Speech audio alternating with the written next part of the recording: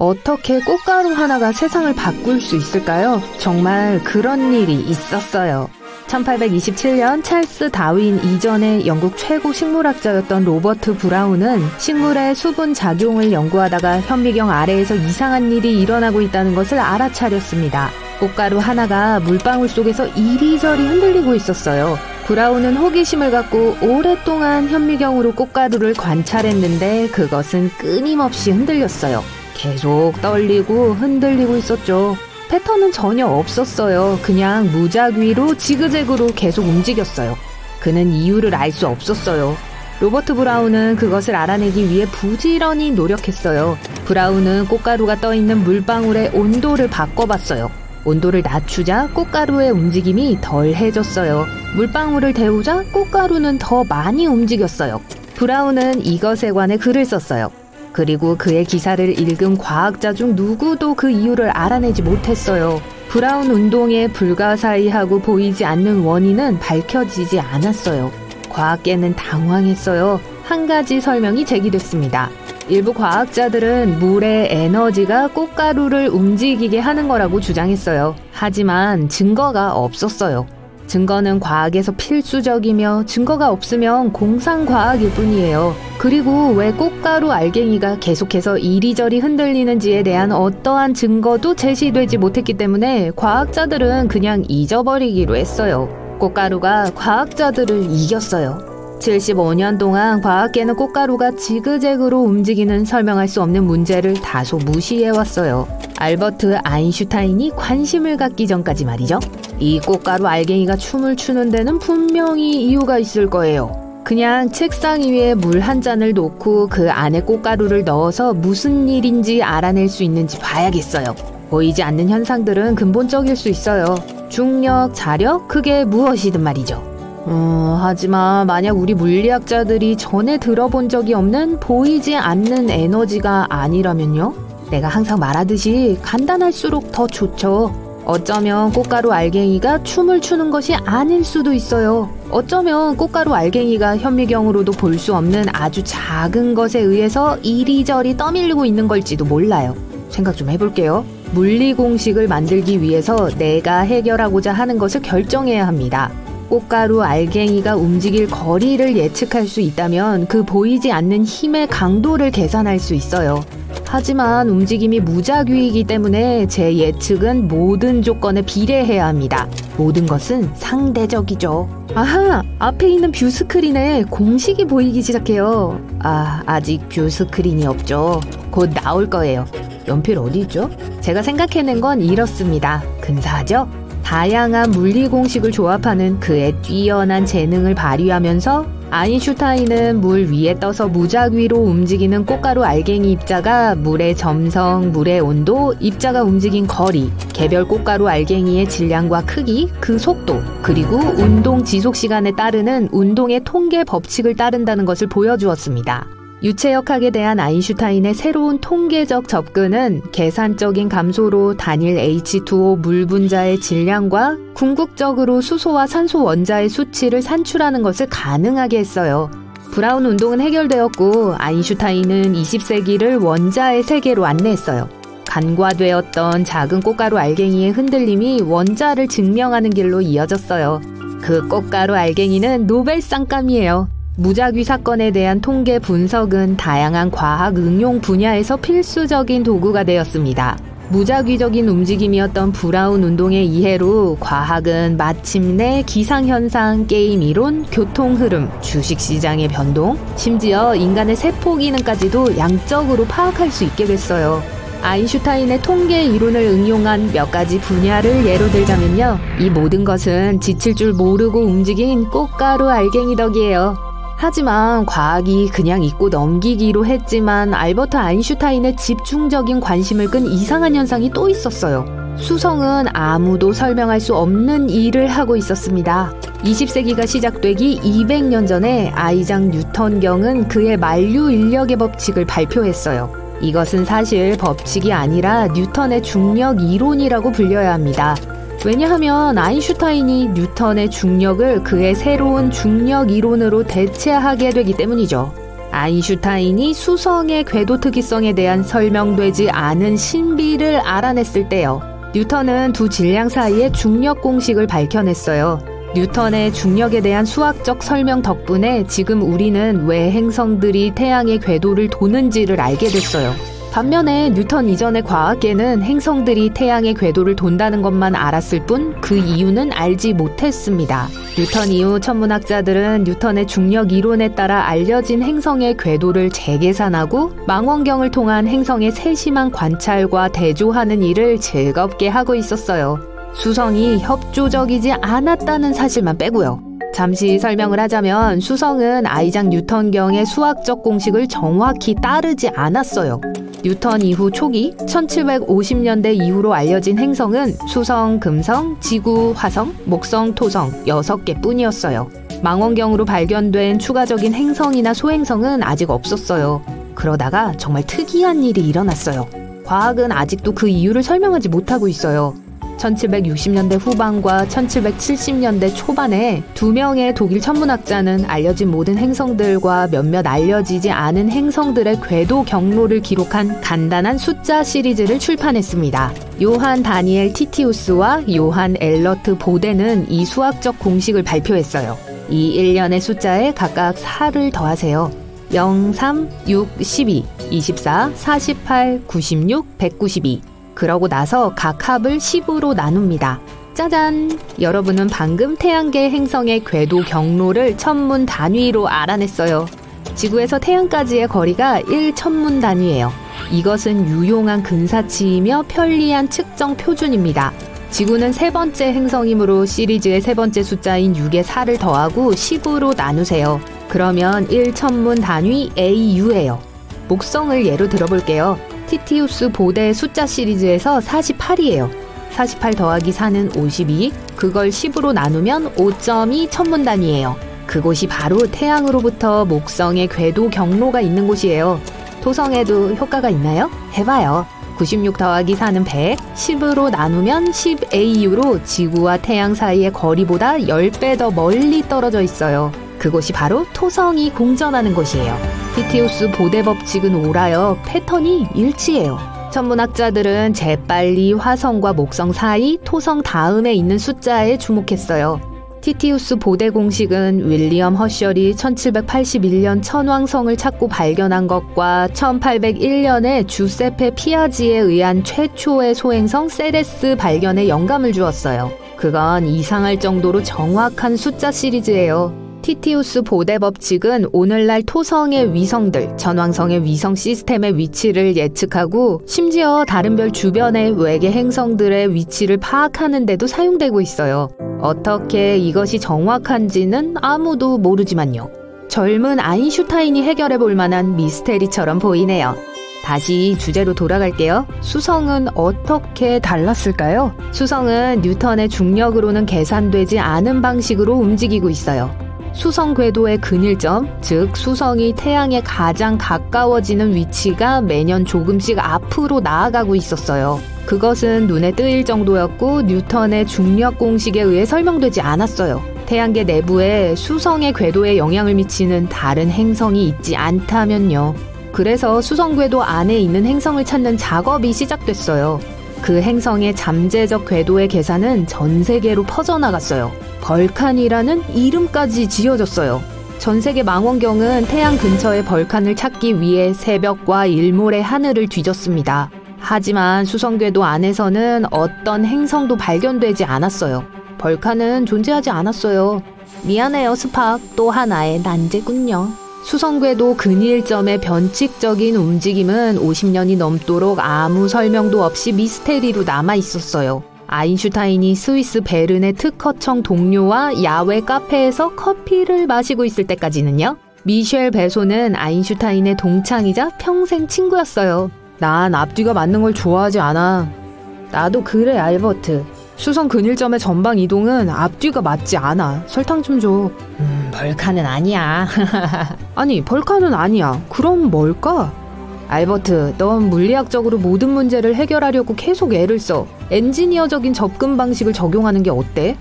무슨 뜻이야? 만약 태양계를 실체적인 구조로 본다면 답이 있을지도 몰라. 좋아, 미셸. 계속 설명해봐. 내가 이 빈 커피잔의 테두리를 손가락으로 더듬으면 그 경로는 원형이야. 하지만 이 냅킨을 컵에 채워서 이렇게 원뿔 모양을 만든다면 원뿔 안의 타원 궤도는 앞으로 나아가는 경향이 있어. 세상에, 우주는 평평하지 않아. 웨이터, 미셸에게 커피 한 잔 더 갖다 줘요. 많은 계산을 새로 해야 할 거야, 알버트. 아, 그래, 가봐야겠어. 웨이터, 그 커피 됐어요? 나중에 봐, 미셸. 그래, 알버트, 행운을 빌어. 아인슈타인이 1905년 그의 특별한 상대성 이론을 발표했을 때 그는 미셸 베소의 매우 귀중한 공헌을 인정했어요. 미셸 베소와 아인슈타인이 1915년 아인슈타인의 일반 상대성 이론을 발표하기 전 몇 년 동안 주고받은 편지가 최근 경매에서 약 130억 원에 팔렸습니다. 친한 친구로부터 받은 편지와 문자를 거의 간직하는 게 좋겠어요. 언젠가 가치 있는 것이 될지도 몰라요. 지구상공 400km에서 시속 약 28,200km의 속도로 이동하면서 우주비행사들은 매일 16번의 일출과 일몰을 지켜보며 자신의 생존을 소수의 사람들에게 의지한 채 상자 안에서 우주를 떠다니고 있습니다.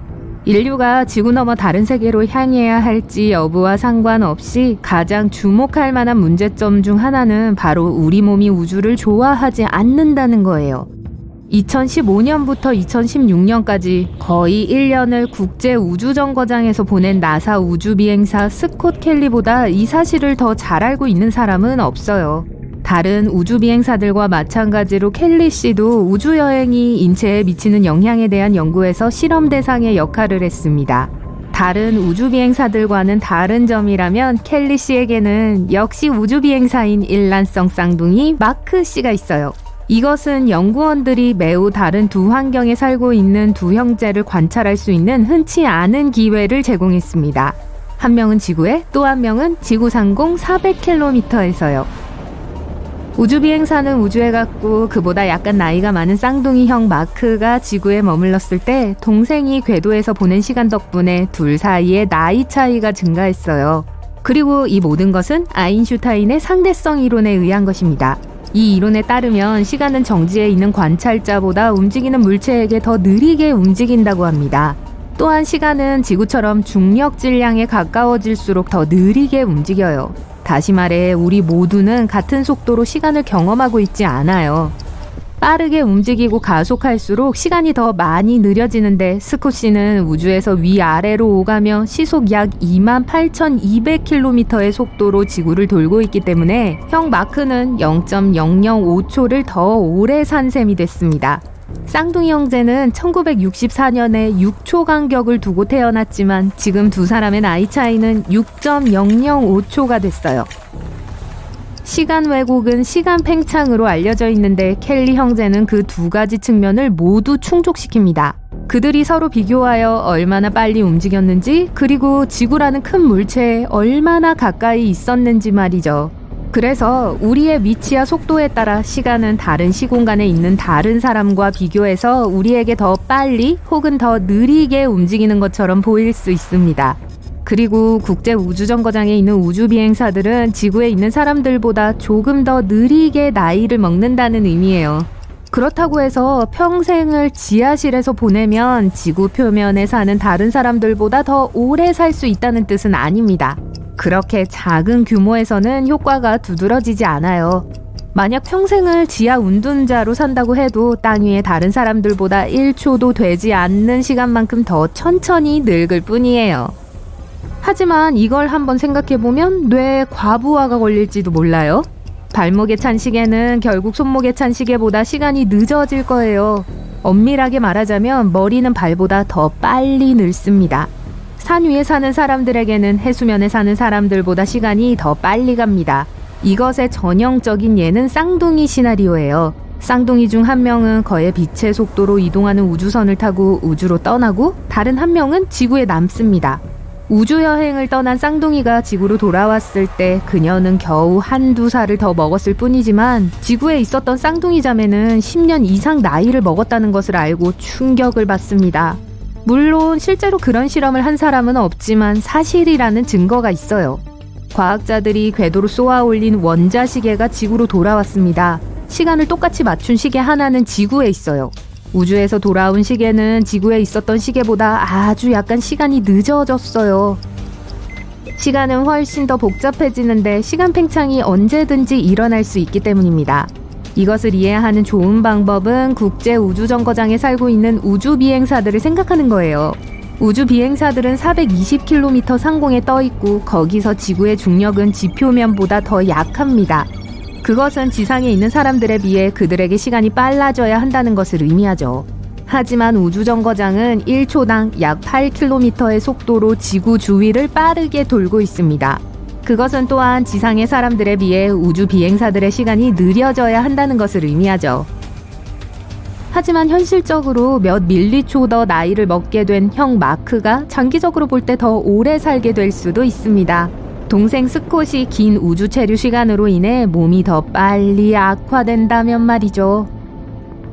나사의 쌍둥이 연구에 참여한 10개의 과학팀은 우주비행사가 우주에서 340일을 보내기 전후와 도중에 형제 우주비행사를 연구했습니다. 그 팀들은 각 쌍둥이의 신체 기능을 검사했어요. 기억력 검사도 했어요. 우주여행으로 인해 어떤 차이가 생기는지를 알아보기 위해 두 남성의 유전자도 조사했어요. 그들은 긴 우주여행이 여러 가지 방식으로 인체에 스트레스를 준다는 것을 확인했습니다. 우주 생활은 유전자를 변화시키고 면역 체계를 과로하게 만들 수 있어요. 그것은 정신과 기억을 무뎌지게 할 수 있습니다. 우주 비행사가 우주에서 경험했던 대부분의 변화는 일단 지구로 돌아오면 원상복구되었습니다. 전부는 아니지만요. 연구원들은 지구로 돌아온 지 6개월 후에 그를 다시 검사했습니다. 우주에서 활동 변화가 있었던 유전자의 대략 91%가 정상으로 돌아왔어요. 나머지는 우주 모드에 머물렀습니다. 예를 들어 그의 면역 체계는 높은 경계 태세를 유지하고 있었어요. DNA 복구 유전자는 여전히 지나치게 활발했고 그의 염색체 중 일부는 여전히 뒤죽박죽이었습니다. 게다가 우주비행사의 정신능력은 여행 전 단계에 비해 떨어졌어요. 단기 기억력과 논리 테스트에서 속도가 더 느렸고 정확도가 떨어졌습니다. 이 결과가 우주비행 때문인지는 확실하지 않습니다. 단지 한 사람만을 관찰한 것이기 때문이죠. 하지만 한 가지는 확실합니다. 시간은 상대적입니다. 이렇게 생각해보세요. 시계가 멈춰있고 여러분은 매우 빠른 속도로 여행하고 있어요. 우연히 이 시계를 지나쳐 가다가 힐끗 보면 시계가 느리게 돌아가거나 아니면 완전히 정지해 있는 것을 보게 됩니다. 이것은 시계의 기계적 기능이 작동하는 속도가 여러분보다 느리기 때문이에요. 여러분이 보는 것은 과거의 시간이며 여러분은 이미 그 초를 건너뛰고 미래에 있어요. 고속 여행 실험을 하는 동안 여러분은 전혀 늙지 않았습니다. 여러분 몸속의 모든 과정이 같은 속도로 작동하고 있기 때문입니다. 어느 정도 나이가 들면 몸이 나빠지기 시작합니다. 결국 작동을 멈추는 상태가 되죠. 이 노화 현상은 특히 인간에게 있어서 텔로미어라고 불리는 세포의 단백질 구조에 의해 일어납니다. 이 구조들은 우리의 세포가 악화되는 것을 막아줍니다. 하지만 세포 복제가 발생할 때마다 텔로미어는 힘을 잃기 시작하는데 이를 텔로미어 길이라고 합니다. 텔로미어 길이가 어느 정도까지 짧아지면 세포는 질병에 취약해집니다. 텔로미어는 언제 우리가 죽게 될지를 결정하는 우리 몸의 자연적인 카운트다운 타이머라고 할 수 있어요. 텔로미어 길이는 스트레스와 같은 외부 요인에 의해 영향을 받을 수 있는데 스트레스는 타이머를 가속화합니다. 나사의 쌍둥이 연구 실험에는 두 형제의 텔로미어 길이 변화 기록이 포함되어 있습니다. 국제우주정거장에 탑승해 있는 동안 우주에 있던 형제의 텔로미어 길이가 증가했어요. 임무 전에는 두 형제의 텔로미어 길이가 거의 같았습니다. 정신적 스트레스와 같은 문제들을 무시한다면 두 형제는 거의 비슷한 나이까지 살아야 한다는 것을 의미하죠. 하지만 우주에서 한 형제가 지구 궤도를 도는 동안 그의 텔로미어 길이가 거의 14.5% 더 길어졌습니다. 우주에 있는 쌍둥이 형제는 생물학적으로 지구에 있는 쌍둥이 형제보다 몇 살 어렸어요. 왜냐하면 우주 형제의 텔로미어 길이가 지구로 돌아왔을 때 정상으로 돌아오기 시작했기 때문이죠. 텔로미어의 길이가 예상대로 복구되는 데는 귀환 후 거의 190일이 걸렸습니다. 국제우주정거장에서 혈액 샘플은 검사를 위해 지구로 보내졌습니다. 이것은 혈액이 더 이상 국제우주정거장의 속도로 이동하지 않았다는 것을 의미하죠. 또한 시공간 역설에 따르면 우주 형제가 돌아왔을 때 더 젊어져야 합니다. 하지만 텔로미어 길이는 임무 수행 전처럼 원래 상태로 복구됐어요. 우주 형제는 다시 지구 형제와 같은 나이가 됐어요. 중력 부족은 노화에서 이런 강렬한 변화의 주요 원인입니다. 중력은 우리 신체 시스템의 대부분에서 엄청난 역할을 합니다. 근육을 예로 들어볼게요. 노인들의 근육은 나이가 들면서 줄어들고 운동성이 떨어지는 경향이 있어요. 우주비행사들은 근육을 거의 사용하지 않기 때문에 비슷한 방식으로 반응해요. 그래서 우주에 장기간 머무는 우주비행사들은 이 효과를 줄이기 위해 특별한 운동기구를 사용하는 거예요. 비슷한 과정이 뼈에서도 일어납니다. 특정한 나이가 되면 지구상의 사람들은 보통 1년에 1에서 2%의 비율로 뼈 질량을 잃기 시작합니다. 하지만 우주에서는 뼈의 질량이 급격히 감소합니다. 한 달에 1에서 2% 정도로요. 우주비행사들의 몸은 몸무게를 지탱할 필요가 없기 때문에 뼈는 새로운 뼈의 생산을 줄이고 오래된 뼈의 흡수량을 증가시키기 시작합니다. 운 좋게도 골격체계는 지구로 돌아오면 보통 정상으로 돌아와요. 만약 우주가 ISS 궤도를 도는 동안 방사선과 같은 우주의 모든 해로부터 보호를 받는다면 지구 형제보다 더 오래 살 수 있을 거예요. 비록 그 차이가 0.005초에 불과하지만 우주비행사들은 여전히 노화 과정의 증상 중 일부가 지속되는 것을 경험합니다. 다음번에 주말이 더 오래 지속되기를 바란다면 바닥에 엎드려서 매우 빠르게 움직이세요. 주말이 더 길어진 것처럼 느껴지지는 않겠지만 이론적으로 1초도 안 되는 시간을 번 셈입니다. 이 실험을 위해서는 우주에 갈 필요도 없을 거예요. 제프 베이조스와 일론 머스크는 세계에서 가장 부유한 사람들입니다. 현재로선요. 하지만 만약 이 두 사람의 돈을 모두 합친다고 해도 역사상 가장 부유했던 사람의 재산은 비교도 되지 않습니다. 만사 무사를 소개합니다. 이제껏 살았던 사람 중 가장 부유한 사람입니다. 그는 700년 이상 세계 최고 부자의 위치를 유지했고 그의 재산 규모에 도달할 수 있는 사람이 가까운 미래에 등장할 것 같지는 않습니다.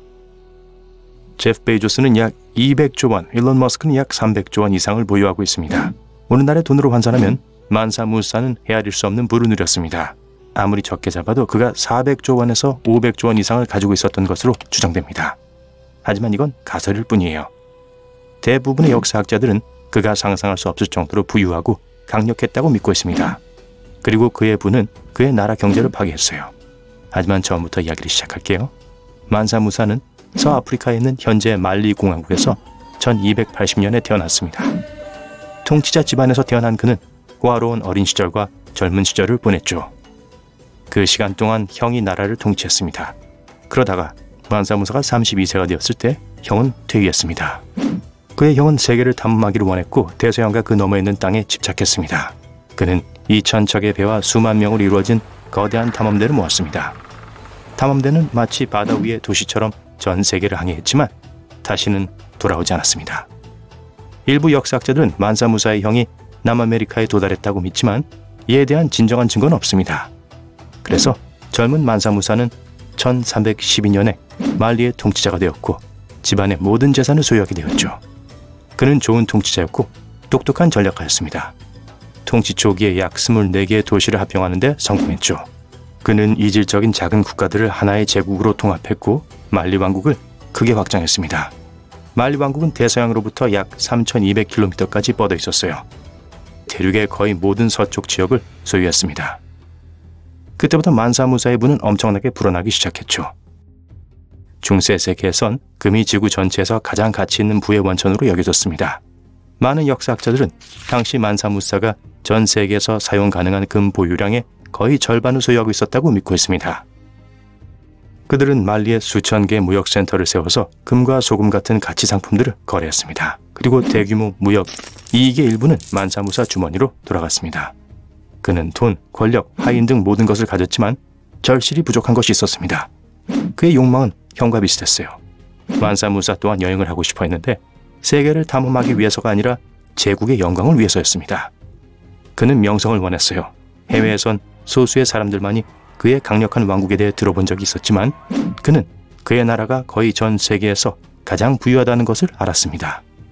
자신이 원하는 것을 이루기 위해 만사 무사는 사하라 사막과 이집트를 거쳐 메카로 순례길에 올랐습니다. 이 여행은 지금까지 행해졌던 가장 위대한 여정 중 하나였습니다. 만사 무사는 약 6만 명으로 구성된 캐러밴과 함께 여정을 떠났습니다. 궁중 전체와 모든 관리, 수천 명의 군인, 예술가, 낙타를 모는 사람, 상인, 그리고 수만 명의 하인들이 동반했죠. 식량으로 염소떼와 양떼도 데려갔습니다. 사막을 가로질러 여행하는 거대한 도시 같았죠. 이 많은 사람들을 먹여 살리기 위해 필요한 물과 음식의 양을 상상해보세요. 왕이 행군을 중지하자고 하면 기다란 전막 캠프가 세워졌습니다. 이 지역을 한 바퀴 도는 데만도 꼬박 하루가 걸렸을 거예요. 수천 명의 사람들이 음식을 만들었습니다. 예술가들이 무대 위에서 공연을 하고 상인들은 캠프 안에 있는 사람이나 지나가는 여행객들에게 물건을 제공했습니다. 하인들은 동무들을 돌보고 얻은 일을 도왔습니다. 이 모든 것은 뜨거운 모래 위의 떼약볕 아래에서 이루어졌어요. 그리고 나서 그들은 다시 길을 걷기 위해 텐트 도시를 접어했습니다. 아마도 모든 사람이 그 여정에서 살아남지 못했을 거예요. 하지만 좋은 소식은 만사 무사가 백성들에게 잘해줬다는 점입니다. 거의 모든 사람들이 최상급 페르시아 비단과 금실로 짠 옷을 입었습니다. 수백 마리의 낙타들이 수십만 킬로그램의 순금을 날랐죠. 멀리서도 햇빛이 반짝이는 걸 볼 수 있을 정도로 금이 많았어요. 아무도 배고프거나 목마르지 않았습니다. 편안한 여행을 위한 충분한 물자가 있었어요. 지나가던 여행객들은 거대한 왕실 탐험대의 규모와 아름다움에 놀랐습니다. 말리의 왕이 다가온다는 소문은 왕의 도착에 앞서 카이로에 이르렀습니다. 마침내 만사무사의 캐러밴이 카이로에 도착했습니다. 지역 주민들은 호사스러움과 부의 충격을 받았습니다. 하지만 가장 멋진 사실은 통치자가 너그럽게도 그것을 백성들과 공유했다는 점입니다. 그가 백성들에게 나눠준 금은 많은 가난한 사람들을 부유하게 만들었습니다. 그는 카이로에 3개월 동안 머물렀습니다. 금은 흔한 것이 되었고 그래서 가치가 떨어졌습니다. 모든 사람이 금을 가지고 있다면 금을 사기 위해 물건을 파는 것은 이치에 맞지 않았죠. 만사 무사가 카이로에 머무는 동안 금의 가격이 떨어졌고 그런 식으로 나라의 경제를 파괴했습니다. 현대 경제학자들과 역사학자들의 주장에 따르면 그가 야기한 경제 위기가 중동 지역에서 약 1조 5천억 원의 손실을 초래했다고 합니다. 그는 자신의 실수를 깨닫고 경제를 회복시키려고 노력했습니다. 한 이론에 따르면 그가 이미 돈을 다 썼기 때문에 손을 쓸 수 없었다고 합니다. 또 다른 이론에 따르면 그가 유통되는 금의 일부를 걷어들이고자 했다고 합니다. 그래서 이집트 대부업자로부터 엄청난 금리로 금을 빌리려고 했습니다. 그는 경제를 회복시키는 데는 실패했지만 원하던 목표엔 도달했습니다. 그의 부와 관대함에 대한 이야기와 소문이 전 세계에 퍼졌습니다. 황금 왕자의 황금 조각을 손에 들고 앉아있는 아프리카 왕의 모습이 1375년 카탈로니아 지도에 등장했습니다. 이 그림으로 사람들은 팀북투를 말리의 주요 도시로 지정했습니다. 그리고 그곳에 앉아있던 왕은 만사 무사였습니다. 팀북투와 그 통치자에 대한 전설이 섞인 실제 이야기는 이렇습니다. 어떤 사람들은 만사 무사가 소유한 부의 양을 헤아리는 것은 불가능하다고 했고 또 다른 사람들은 그가 지구상의 모든 사람을 부유하게 만들 만큼의 충분한 금을 가지고 있었다고 믿었습니다. 세계 각지에서 온 사람들이 이곳을 직접 보기 위해 말리로 여행하기 시작했습니다. 팀북투는 신비와 전설 덕분에 아프리카의 엘도라도가 되었습니다. 많은 사람들은 그것이 세상의 끝에 있는 황금 도시라고 생각했죠. 유럽의 보물 사냥꾼들과 탐험가들은 왕국을 방문하기 위해 길고 위험한 여행을 떠났습니다. 그러나 이 모든 일은 만사무사의 통치가 끝나고 여러 해가 지난 후였습니다. 그는 전 세계의 조국과 자신의 명성을 높였을 뿐만 아니라 새로운 과학자, 시인, 그리고 건축가들과 함께 고국으로 돌아왔습니다. 만사무사는 인재들이 팀북투로 이주하도록 설득하기 위해 수백 킬로그램의 금을 지불했습니다. 그가 개인에게 준 금액은 오늘날 가치로 약 80억 원 정도가 됩니다. 만사무사는 교육, 예술, 문학, 건축, 그리고 도서관에 투자하기 시작했습니다. 학교와 대학도 지었죠. 만사무사의 통치 기간 동안 팀북투는 교육의 중심지가 되었습니다. 전 세계 사람들이 수준 높은 지식을 얻기 위해 이곳에 왔습니다.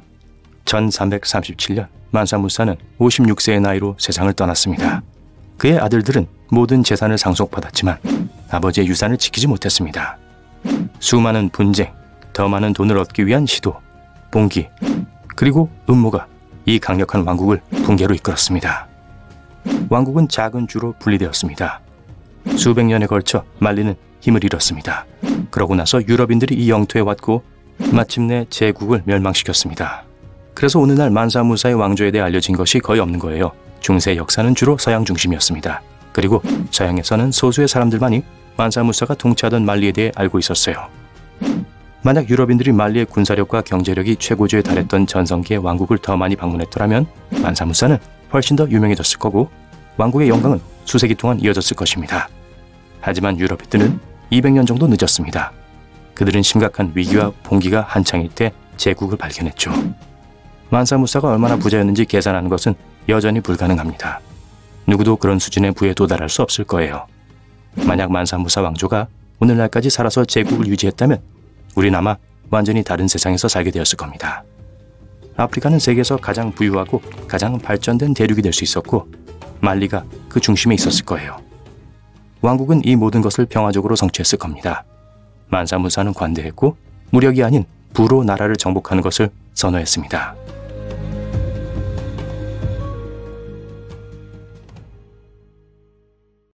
안녕하세요. 용감한 방문객 여러분. 기묘한 전시회에 오신 걸 환영합니다. 하지만 조심하세요. 오싹한 경험이 될 거예요. 이 사진들은 마녀 사브리나조차도 감당하기 힘들걸요. 이제 이상한 터널로 뛰어들 준비가 됐다면 시작해봅시다. 첫 번째 사진은 1900년대 벨파스트로 여러분을 데려갈 거예요. 리넨 공장에서 일하는 15명의 여성을 보여주고 있어요. 15명에게 손이 몇 개 있는지 세어보면 30개 맞는 거죠? 하지만 사진을 자세히 보세요. 그러면 거기 있는 여자들의 손이 아닌 여분의 손이 있다는 걸 알게 될 거예요. 모든 여성들이 팔짱을 끼고 팔 아래로 손을 집어넣은 채 줄을 서 있어요. 단 하나 예외가 있는데 두 번째 줄에 있는 여자가 한 손을 엉덩이에 올리고 다른 한 손을 옆에 두고 있어요. 엄청난 바나나인데요. 하지만 이 미스테리한 발톱 같은 손은 그녀의 것도 아니고 가까이에 있는 사람 것도 아니에요. 사실 같은 줄의 반대편에 있는 소녀의 어깨에 놓여 있어요. 그리고 이 손의 주인이 될 수 있는 사람은 아무도 없어요.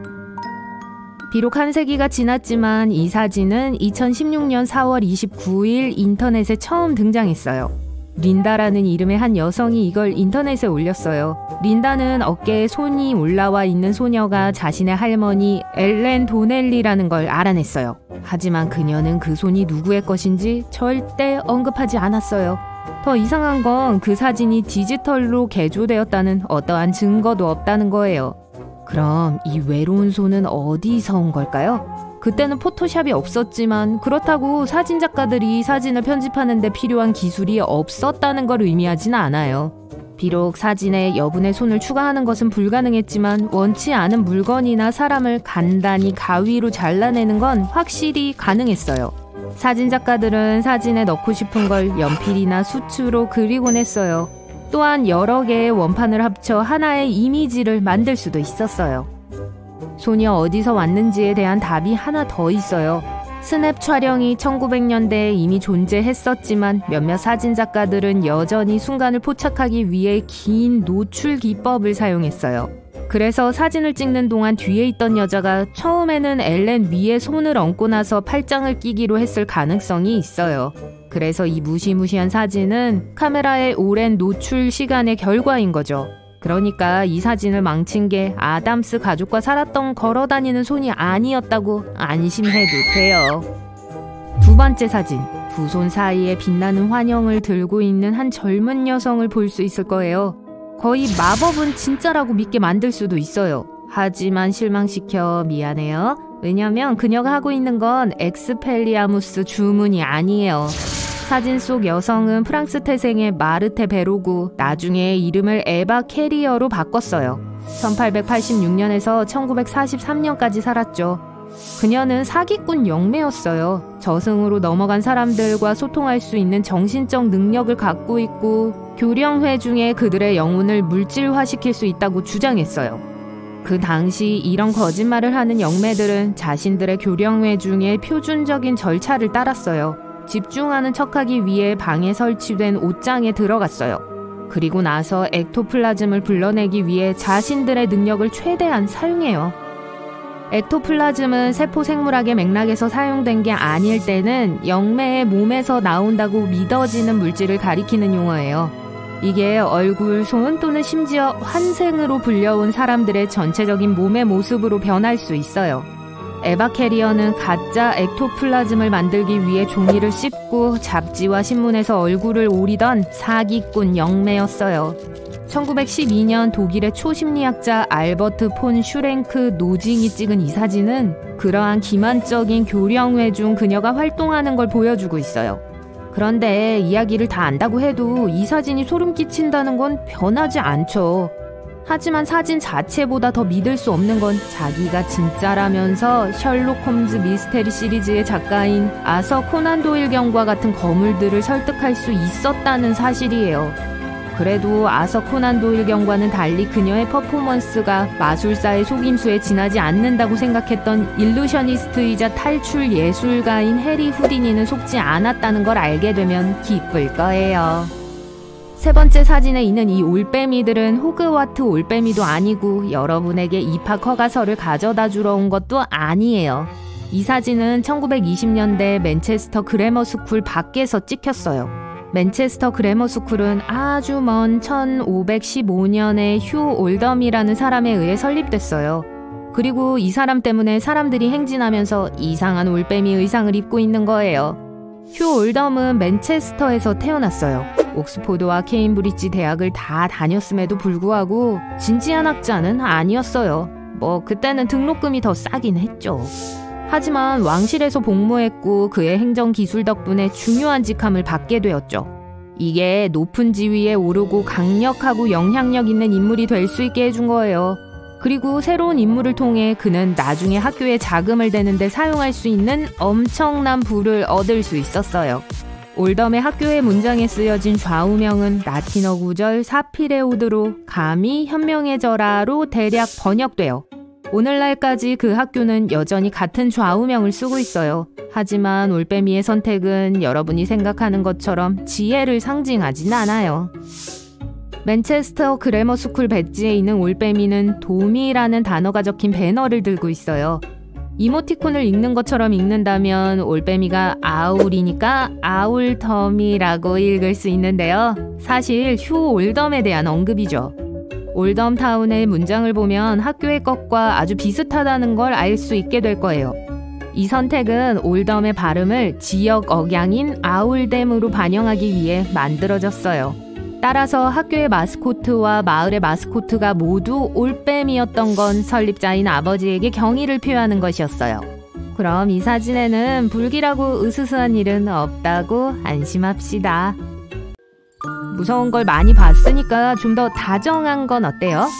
네 번째 사진은 도와주세요! 라고 소리치는 눈을 가진 순진한 아이의 사진이에요. 하지만 걱정 마세요.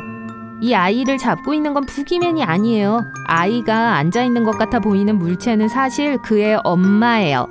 이건 숨은 엄마 사진이라고 불렸고 빅토리아 시대에는 사실 아주 흔했어요. 1840년대에 사람들이 사진을 찍을 수 있는 유일한 방법은 상업적인 사용을 위해 개발된 최초의 카메라인 다게레오 타입 카메라였어요. 이 카메라는 노출 시간이 수십 초에서 몇 분까지 걸렸어요.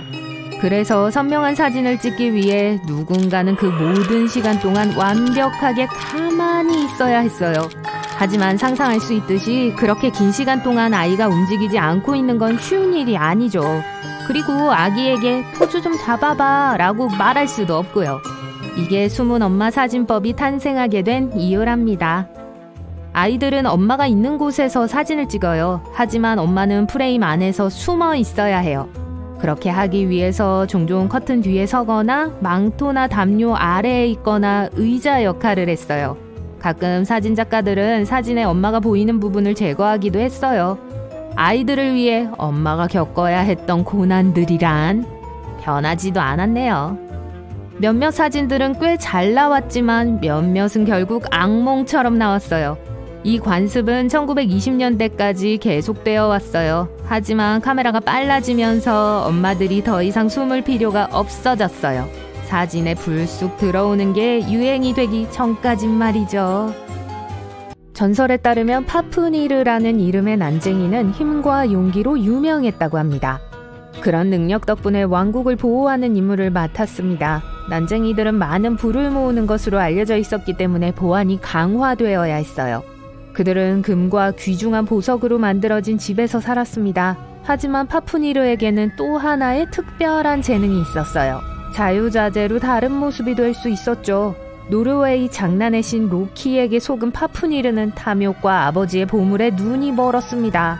아버지나 형제들과 보물을 공유하고 싶지 않았죠. 그래서 그는 보물을 훔쳐서 찾기 힘든 사막 한가운데로 혼자 도망쳤습니다. 자신의 부를 보호하기 위해 파프니르는 거대한 용으로 변했어요. 그의 새로운 모습은 강력하고 무서운 거대한 뱀처럼 보였죠. 하지만 그의 마법의 힘은 거기서 끝나지 않았어요. 용은 알지 못했기 때문에 그는 집 주변에 독을 뿌렸고 누군가 그의 금을 훔치려고 한다면 살아남을 수 없었습니다. 파프니르는 곧 시구르드라는 이름의 젊은 영웅에게 패배했어요. 파프니르의 전설은 가족이 탐욕보다 더 중요한 이유를 설명하려고 합니다. 또한 용이 가지고 있는 많은 마법의 힘을 보여주죠. 하지만 가장 흥미로운 점은 용이 어떻게 우리의 이야기 속에 등장하게 되었는지를 보여주는 좋은 예라는 것입니다. 하지만 이것은 용에 대한 많은 이야기들 중 하나일 뿐이에요. TV를 켜거나 서점을 둘러보면 어딘가에서도 용을 발견하게 될 거예요. 용처럼 생긴 다양한 생물들이 아시아에서 북유럽에 이르기까지 전 세계의 이야기에 묘사되어 왔어요.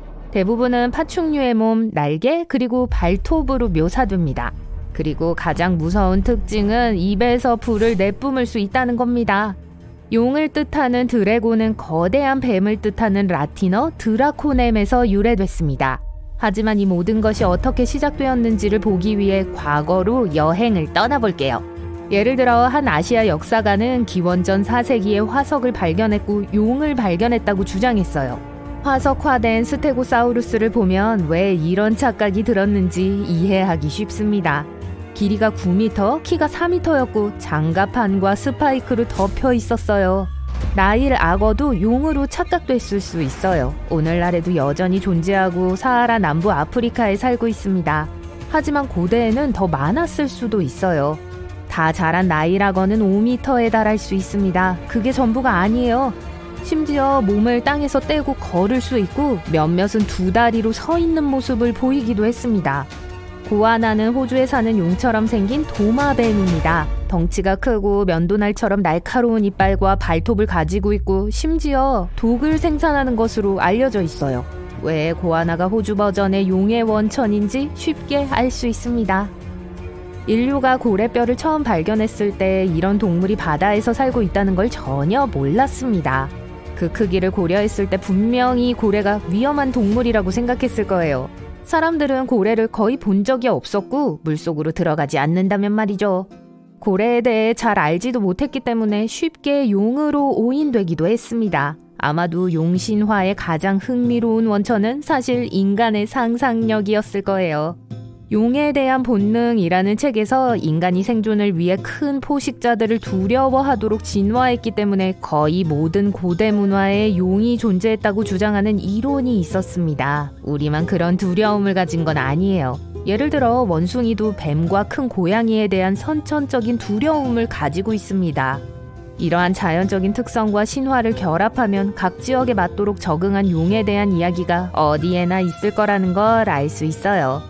마법의 힘을 가진 파충류 동물은 인류 문명의 기원 그 자체까지 거슬러 올라갑니다. 고대 메소포타미아에 대해 이야기해 볼게요. 그 당시 인간들은 온갖 종류의 생명체를 믿었어요. 그러나 모든 생명체의 신은 바빌론의 수호자 마르두쿠였습니다. 그 당시의 미술작품을 보면 마르두쿠는 뱀처럼 생긴 용을 옆에 두고 있는 것으로 묘사됩니다. 기분에 따라 착할 수도 있고 복수심에 가득 찰 수도 있어요. 용이 되기 위한 면접이 있다면 제일 먼저 받게 되는 질문은 불을 내뿜을 수 있느냐는 것일 겁니다. 그래서 과학자들은 용이 목을 손상시키지 않고 불을 내뿜는 것이 현실적으로 가능한지 몇 가지 방법을 연구하려고 노력했어요. 그것을 위해서 폭탄 먼지벌레를 연구했습니다. 이 별난곤충은 배 안에 실제로 뜨거운 물질을 담을 수 있어요. 일단 무언가가 이 벌레를 방해하면 불타는 듯 뜨거운 화학물질을 뿜어냅니다.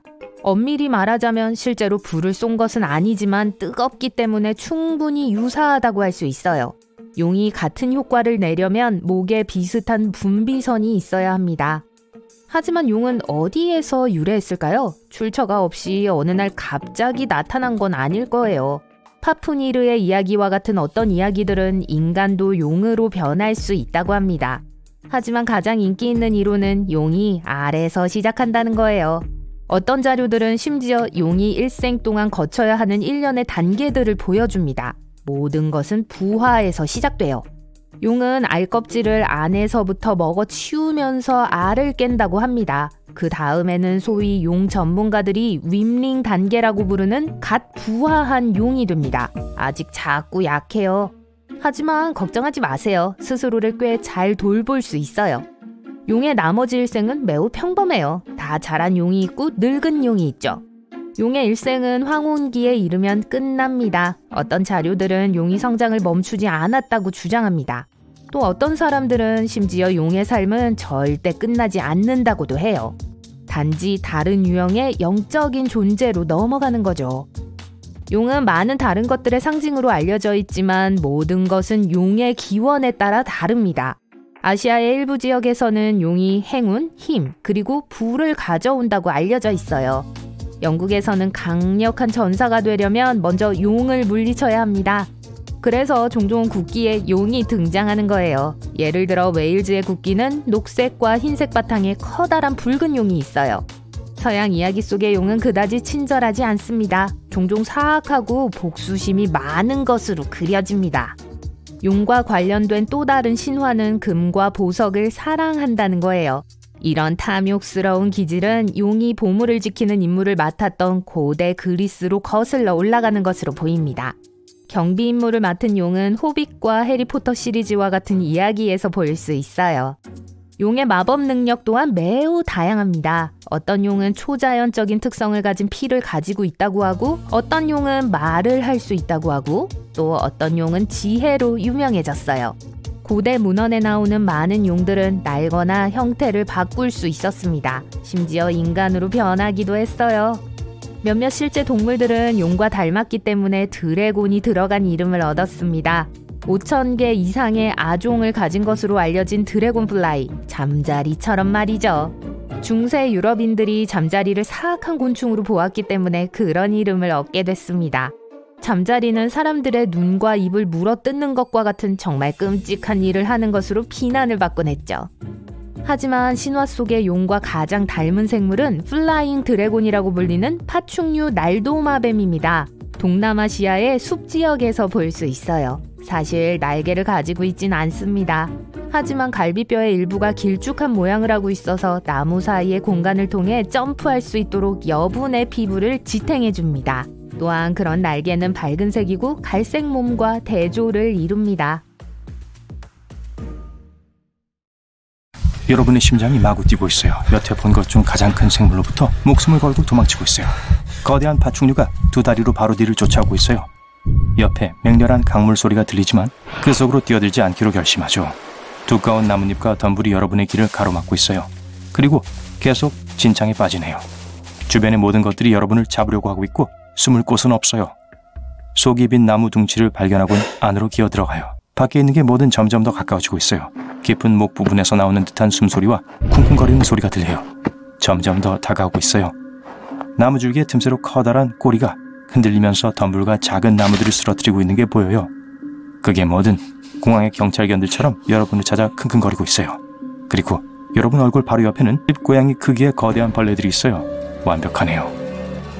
여러분은 항상 기어다니는 작은 것들을 보는 것조차 두려워했어요. 그런데 이건 너무 가까이 있고 아주 커서 얼굴 특징을 다 볼 수 있어요. 그게 여러분을 외계인인 것처럼 쳐다보고 있어요. 소리를 지르고 싶은데 그럴 순 없어요. 그러다가 어둠 속에서 더 많은 벌레들이 나와요. 호기심 많은 벌레들이 여러분 몸 전체를 더듬이로 감지해요. 네, 정말 너무하네요. 벌레도 벌레지만 이건 거대한 지네가 여러분 앞을 기어가고 있어요. 송곳니가 여러분의 엄지손가락만 해요. 여러분은 나무 둥지를 뛰쳐나와 거대한 괴물과 맞닥뜨려요. 그건 여러분이 갈 곳이 없다는 걸 알고 멈춰서 여러분을 노려봐요. 볼링핀 크기의 발톱과 이빨, 이것만으로도 밤에 잠을 설치기 충분하죠. 여러분을 향해 돌격할 준비를 하고 있어요. 인류에게 역사상 가장 위험했던 시기이자 장소인 중생대 사하라에 오신 걸 환영합니다. 지금 북아프리카인 이곳은 약 1억 년 전에 번성하고 있었어요. 그 당시 대륙들은 모두 다르게 배열되어 있었고 날씨는 거칠었어요. 극한의 폭풍이 꽤 흔했고 온도는 축구 경기장 멕시코 관중파도처럼 오르락내리락했죠. 그러다가 해수면이 상승하기 시작했어요. 어느 날에 알제리와 모로코 사이 지역인 캠캠 지역에 물이 범람했어요. 다음 수백 년 동안 소행성, 화산 폭발, 그리고 다양한 자연재해들이 다른 모든 것들을 휩쓸었죠. 잘가 공룡들아, 놀아줘서 고마워. 여러분은 아마 사하라를 지구상에서 가장 살기 힘든 곳 중 하나로 생각할 테지만 나무와 강이 있던 시절엔 훨씬 더 살기 위험했어요. 유명한 거인의 강은 현대 이집트에서 모로코까지 이어진 거대한 강체계였어요. 땅은 평평했고 많은 식물은 자라지 않았지만 생명이 존재하기엔 충분했어요. 무섭고 무시무시한 생명체 말이에요. 여러분이 쳐다보고 있는 그 생명체는 거대하고 무섭게 생긴 수강류며대 여러분을 잡으려고 하고 있어요. 10m가 넘는 키에 역대급의 턱선을 가진 티라노사우루스 같은 공룡을 상상해보세요. 무섭죠? 이들이 당시 먹이사슬의 탑이었어요. 그리고 역사에서 이 장소와 시기는 매우 특별해요. 이 지역 전체에는 배고픈 공룡과 불쌍하고 작은 공룡 먹잇감들 사이에 믿을 수 없는 불균형이 있었어요. 먹을 게 충분하지 않았죠. 과학자들은 초식동물에 대한 많은 증거를 찾을 수 없었어요. 그건 언제고 서로에게 달려들기만을 기다리는 육식동물의 배틀로에 있었을지도 모른다는 뜻이죠. 그래서 그 거대한 수강류와 눈싸움을 하고 난 후 그림자가 여러분 뒤에서 살금살금 다가와요. 겁에 질려 뒤돌아보지 못했지만 으르렁거리는 소리는 지금까지 들었던 그 어떤 소리보다 더 커서 몸소리가 젖이네요. 돌아보니 스피노사우루스가 보이고 그게 전부였어요. 사람들이 티라노를 늘 공룡의 왕으로 보여주죠. 이건 뭐 황제쯤 될걸요? 15m 정도의 큰 키에 등에는 보통 사람 크기인 비늘로 된 돛이 달려있어요. 거기다가 날카로운 이빨이 달린 악어 모양의 주둥이와 강력한 짧은 다리까지 있어요. 이 녀석의 식단은 주로 강 어류로 구성되었지만 여러분은 마침 맛있는 생선 타코인 듯 쳐다보고 있네요.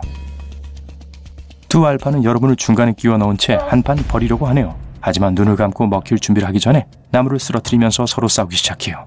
여러분은 살금살금 빠져나와요.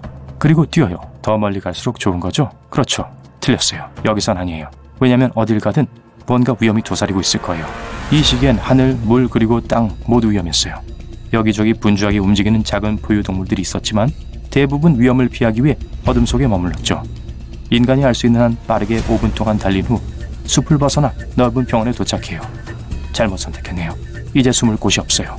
갑자기 또 다른 비명소리가 들려요. 뒤를 봐요. 아무것도 없어요. 사방에 그냥 짧은 잔디만 있어요. 그러고 나서 머리를 하늘로 기울여 보니 거대한 새 같은 게 보여요. 엄밀히 말하면 나는 악어들이었죠. 하늘을 지배하는 수많은 거대한 익룡들이 있었어요. 알란카, 사하리카는 강에서 물고기를 잡아먹었을지 모르는 날아다니는 파충류였어요. 저 생선들 맛있었겠는데요? 거대한 날개 길이에 길고 가느다란 턱을 갖고 있어요. 그리고 크기는 작은 버스만 했어요. 이게 여러분을 발견하곤 잡으려고 달려 내려오고 있네요. 또 죽을 힘을 다해 뛰어요. 그런데 이번엔 숨을 곳이 없어요. 갑자기 발톱이 여러분을 움켜쥐는 게 느껴지고 여러분은 땅에서 들어올려져요. 하늘로 솟구쳐요. 놀래 정신 잃지 않았다면 아래에 있는 거대한 강물이 얼마나 아름다운지 봤을 거예요. 알란카는 전투기처럼 모든 장애물을 피해서 산을 향해 날아가요. 안에 작은 짐승들이 있는 큰 둥지를 봤어요. 새끼들은 배고픈 데다가 덩치가 여러분만 해요. 설상가상이네요. 탈출하려 하지만 불가능해요. 그 생물이 여러분을 둥지 한가운데로 떨어뜨리고 날아가요. 자신을 보호하려고 하지만 새끼들이 계속 쪼아대요. 큰일 나는 건 시간 문제예요. 아래를 보니 강이 보여요. 얼마나 깊은지 알 수는 없지만 물살이 정말 세네요. 선택의 여지가 없어요. 사나운 강물에 뛰어들어 물살을 따라 끌려가요. 지금은 안전해요. 2021년이라고 상상해보세요. 여러분은 지구상에서 가장 덥고 건조한 곳 중 한 곳인 사하라 사막의 한가운데를 따라 걷고 있는데 엄청난 크기의 물고기의 화석을 발견하게 돼요. 한입 크기에서부터 버스 크기까지 다양해요.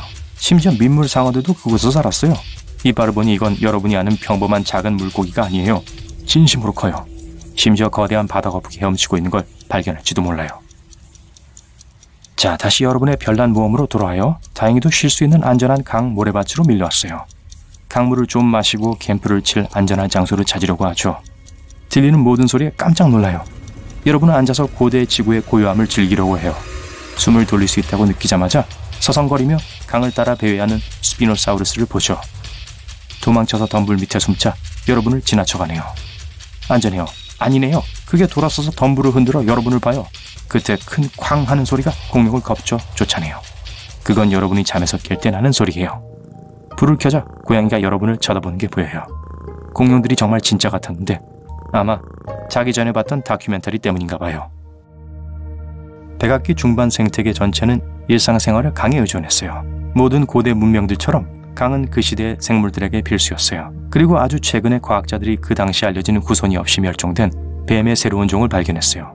이 고대 생태계를 이해하기 위해선 화석에 대해 많은 걸 아는 게 중요해요. 여러분은 두 개의 다른 화석이 나란히 있는 걸 발견할 수도 있어요. 하지만 그 동물들은 수백만 년 떨어져 존재했던 것일 수도 있어요. 우리 모두 인생의 어느 순간에 어둠을 두려워했어요. 그쵸? 엄마나 아빠가 괴물, 용, 심지어 공룡이 나오는 무서운 동화를 읽어준 후 침대에 눕혀진 걸 기억하시죠? 하지만 부모님이 불을 끄고 조용히 여러분의 방에서 나오려고 할 때 기억이 났어요. 침대 밑에 뭔가가 숨어 있다면요? 더 안 좋은 건 옷장 어딘가에 으스스한 생명체가 갇혀 있다면 어떡해요? 아마 일어나서 확인할 수도 있지만 밖은 너무 어두웠어요. 몸 안에서 나오는 어떤 빛의 원천이 있다면 멋지지 않을까요? 어둠에 둘러싸여 있을 때 언제든 그걸 쓸 수 있을 거예요. 안타깝게도 우리 인간은 그렇게 할 수가 없어요. 하지만 사실 자기 자신을 밝힐 수 있는 생명체들이 많이 있어요.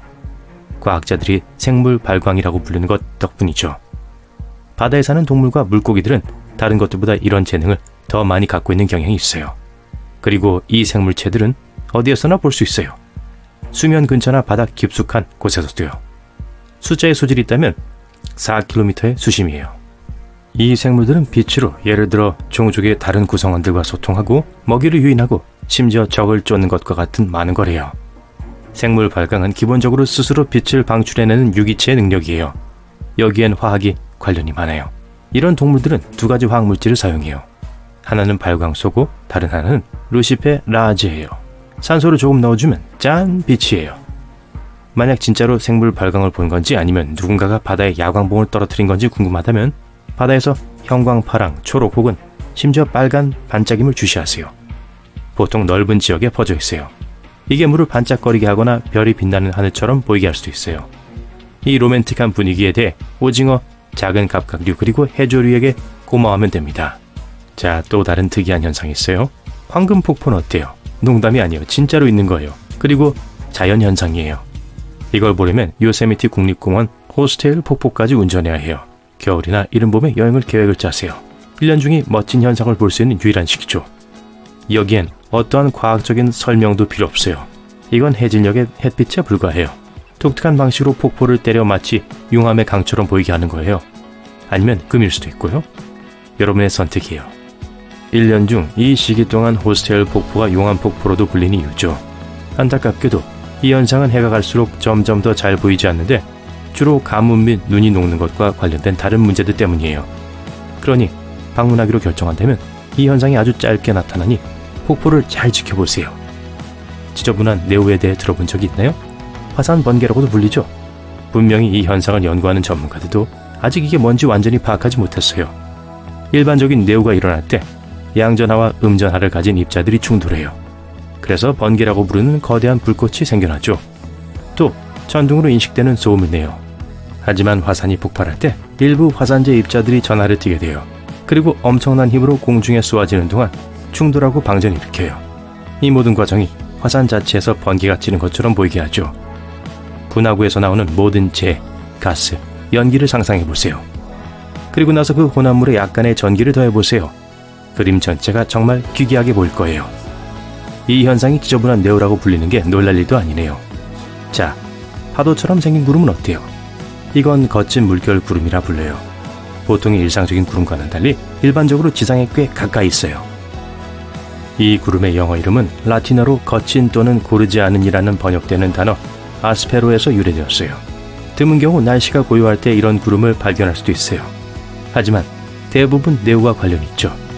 이 구름들은 불안정한 대기 조건에 나타나지만 놀랍게도 비를 만들어내지 않아요. 비록 어두운 폭풍 구름과 닮았지만 말이죠. 또 무작위로 패턴을 만들어 물 밑에서 바다 수면을 보고 있다고 생각하게끔 눈을 속이죠. 또 다른 인상적인 구름은 유방운이라고 불려요. 각 구름 밑에 생겨난 일련의 볼록한 것이 이 구름을 특별하게 만들어요. 일단 이런 구름이 바람의 방향이 바뀌는 대기권에 들어가면 하늘에서 이런 파도와 같은 패턴을 볼 수 있어요. 만약 서핑을 좋아한다면 호주는 여러분을 위한 장소예요. 하지만 그곳에서 탈 수 있는 모든 파도가 물로 만들어진 건 아니에요. 하이든이라고 불리는 마을 근처에는 바위로 만들어진 신비한 파도가 있어요. 이 화강암 지형은 아마 26억 3천만 년 전으로 거슬러 올라갈 거예요. 공룡들이 지구 주위를 돌아다니기 시작하기 훨씬 전의 일이죠. 높이가 15m고 길이가 110m인 이 파도는 풍화와 침식의 두 가지 과정의 결과로 형성되었어요. 지하수역에 화학적으로 풍화된 파도 바위의 바닥에는 더 부드러운 침전물이 있어요. 남아있는 대형을 침식시킴으로써 바람과 비가 나머지 작업을 했죠. 빨간색, 노란색, 그리고 회색 줄무늬는 비에 의해 씻겨 내려온 수산화철, 탄산염, 그리고 다른 화합물로 만들어졌어요. 호주에 도착했으니 조금 더 머무릅시다. 여기에 비현실적으로 보이는 장소가 하나 더 있어요. 하지만 최고의 그림을 원하시면 위로 날아올라야 해요. 녹색 산립지대로 둘러싸인 서부 지역에는 일련의 호수가 있어요. 모두 눈부시게 밝은 분홍색이에요. 그중 가장 유명한 것은 610m 길이의 저수지인 힐리어 호수예요. 모래와 유칼립투스 나무 숲으로 둘러싸여 있어요. 이게 만화 같은 호수의 색을 더욱 돋보이게 해요. 이 신비한 호수의 색깔을 설명하는 많은 이론들 중 하나는 조류와 관련이 있어요. 이 해조류들은 빨간, 주황색 색소가 있는 베타카로틴이라고 불리는 높은 수준의 물질을 모은 것 같아요. 또 다른 설명은 오염성 고세균과 관련이 있어요. 이건 종종 붉게 보이는 미생물이에요. 만약 비행하는 걸 즐기지 않으면 호수는 수영을 하기에 좋아요. 비록 염분 함량이 엄청나지만 독성은 없어요. 이건 여러분이 쉽게 더했을 수 있다는 걸 의미해요. 그리고 물은 수영복을 손상시키지 않을 거예요. 겨울 동안 캐나다 북쪽 엘버타의 아브라함 호수에서 이상한 현상이 일어나요. 얼어붙은 표면 아래에서 얼어붙은 해파리 같아 보이는 이상한 물체들을 발견할 수 있어요. 이 소름 끼치는 형성물이 그냥 얼어붙은 메탄 거품이라서 물체는 아니죠. 이것들은 물속에 갇혀 호수가 얼어붙은 후 그곳에 갇힌 가스 주머니들이에요. 나뭇잎과 풀이 물에 빠지고 박테리아가 이것들을 소화시킬 때 나타나요. 이 과정은 이걸 메탄으로 바꿔놓아요. 이 현상은 위험한 만큼 아름답고 기묘해요. 메탄 주머니는 쉽게 불이 붙을 수 있어요. 봄 동안 기온이 올라가면 얼음이 녹고 이 거품들은 터져서 부글거리기 시작해요. 정말 멋진 광경이죠? 소다로 가득 찬 호수를 상상해보세요. 단, 불이 날 만한 걸 가져가지 않아야 한다는 것만 기억하세요. 방문객들에게 매우 위험할 수 있어요. 캐나다의 밴프 국립공원 전역에서 이런 종류의 호수들을 볼 수 있어요. 자연은 종종 자신만의 음악을 만드는 경향이 있어요.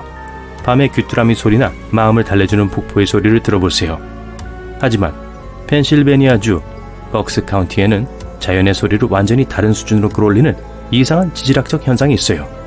이것들은 우는 바위로 불리는데 과학자들은 여전히 이 특이한 특성을 설명하지 못해요.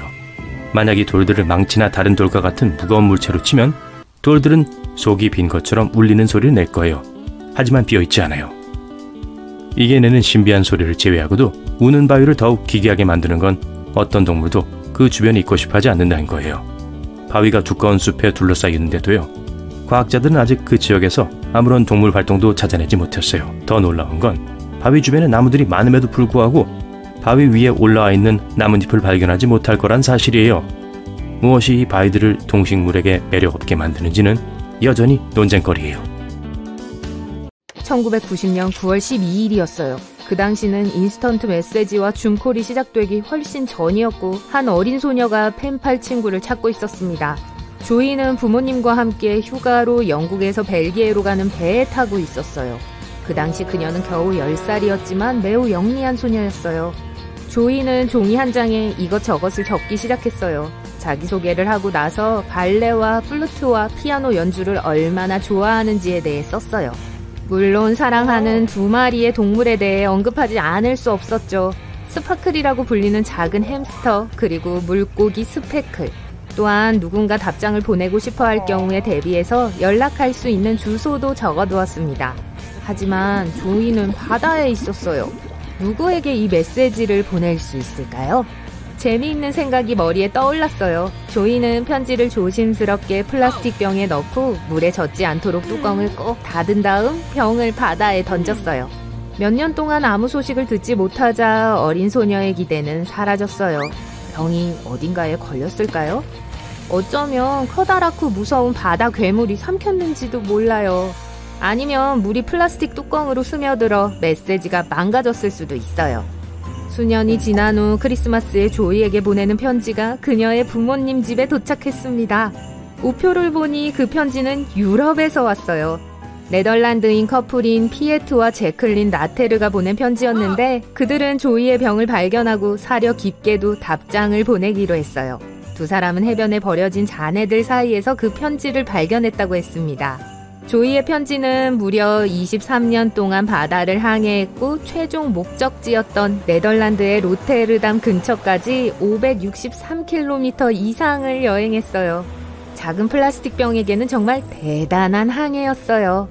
조이와 비슷한 이야기가 두 어린 소년을 연결해 주었습니다. 프랭크 우스벡이라는 독일 소년은 덴마크로 가는 배를 타고 가던 중에 조이와 같은 생각을 했어요. 메시지를 적어 미지의 세계에 던졌을 때 그는 5살이었습니다. 1987년이었죠. 수년 후 그는 답장을 받았어요. 그가 29살 때였죠. 조이가 2년 후에 보낸 편지처럼 그의 편지는 24년 동안 바다에 있었어요. 다니일 코로트키우라는 소년이 부모님과 함께 발트해 근처의 쿠로니안 스핏을 산책하던 중 그의 메시지를 발견했습니다. 운이 좋게도 다니일의 아버지가 그의 메시지를 번역할 수 있을 만큼 충분히 독일어를 알고 있었어요. 이 특이한 두 친구는 결국 2011년에 화상통화를 통해 만났습니다. 모든 병 속의 메시지의 기원이 설명되어 있는 건 아니에요. 2013년 한 크로아티아 서퍼가 아드리아해 근처에서 손상된 병을 발견했습니다. 그 메시지는 1985년으로 거슬러 올라갑니다. 그것은 조나단이라는 사람이 보낸 거였어요. 보낸 사람은 자신의 편지가 메리라는 여자에게 도착하기를 간절히 원했고 또한 그녀가 답장하기를 열망했어요. 그 편지는 노바스코샤에서 보낸 것으로 추정되었기 때문에 무려 6,000km를 여행한 셈이었어요. 이 메시지는 대서양에서 지중해로 들어가 크로아티아의 아드리아 해안에 도달했어요. 존과 메리의 신원은 둘 다 밝혀지지 않았어요. 또한 멋진 사랑 이야기가 담긴 병 속의 메시지도 있습니다. 아키와 폴리나 와이킹의 경우였죠. 외로운 스웨덴 선원인 아키가 편지 한 통을 병에 담아 지중해에 던졌을 때 그는 그 종이 조각이 결국 미래의 아내에게 갈 것이라는 건 전혀 몰랐어요. 그것은 1950년대 초반의 일이었어요. 그 병을 발견한 이탈리아 남자는 감동을 받아서 자신의 조카인 폴리나에게 줬어요. 1년 동안 서로 편지를 주고받은 후 아키와 폴리나는 결국 만났고 결혼했어요. 그들의 이야기가 세상에 알려졌을 때 그들은 당시 유명한 커플이 되었습니다. 심지어 그들의 결혼식 비디오 영상이 공개되었고 그들의 이야기는 많은 신문에 실렸어요. 이 운 좋은 사건은 사랑을 찾은 젊은이들 사이에서 유행이 되었고 동화 같은 결말을 찾아 바다로 던져지는 메시지의 수가 크게 증가했어요. 하지만 이렇게 시작된 모든 이야기가 다 잘 풀리는 건 아니었어요. 1945년 프랭크 하요스텍이라는 미국인은 아키와 비슷한 메시지를 병에 담아 바다에 던졌습니다. 거의 1년 후 그의 편지는 아일랜드 여성에 의해 발견됐어요. 그녀의 이름은 브렌다 오설리번이었어요. 그들의 수년간의 서신 왕래는 당시 언론의 관심을 끌었지만 둘의 우정은 압박감 때문에 그 이상으로 발전하지 않았어요. 둘은 프랭크가 아일랜드를 여행했을 때 직접 만났지만 프랭크는 오래 머물지 않았고 결국 서로 연락이 끊겼습니다.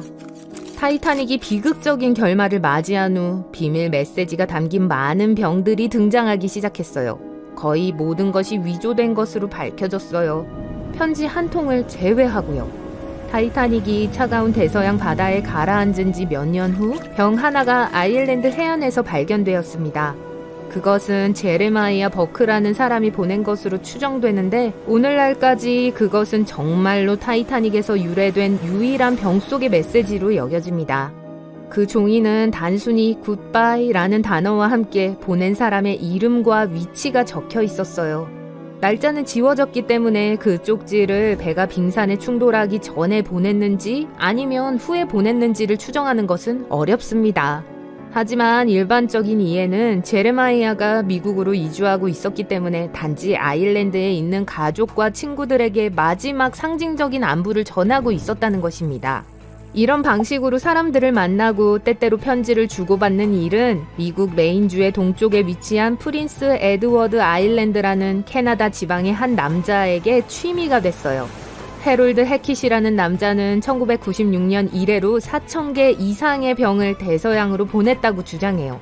그는 프랑스나 독일 같은 유럽 사람뿐만 아니라 바하마나 심지어 아프리카로부터도 편지를 받는 등 전 세계로부터 많은 답장을 받았다고 합니다. 그 특이한 취미 덕분에 그는 매년 펜팔 친구들로부터 약 150장의 크리스마스 카드를 받아요. 오늘날에도 그는 편지에 전화번호를 추가하지 않아요. 그래서 그에게 연락하고 싶어하는 사람들에게 있어 유일한 방법은 편지를 통하는 거예요.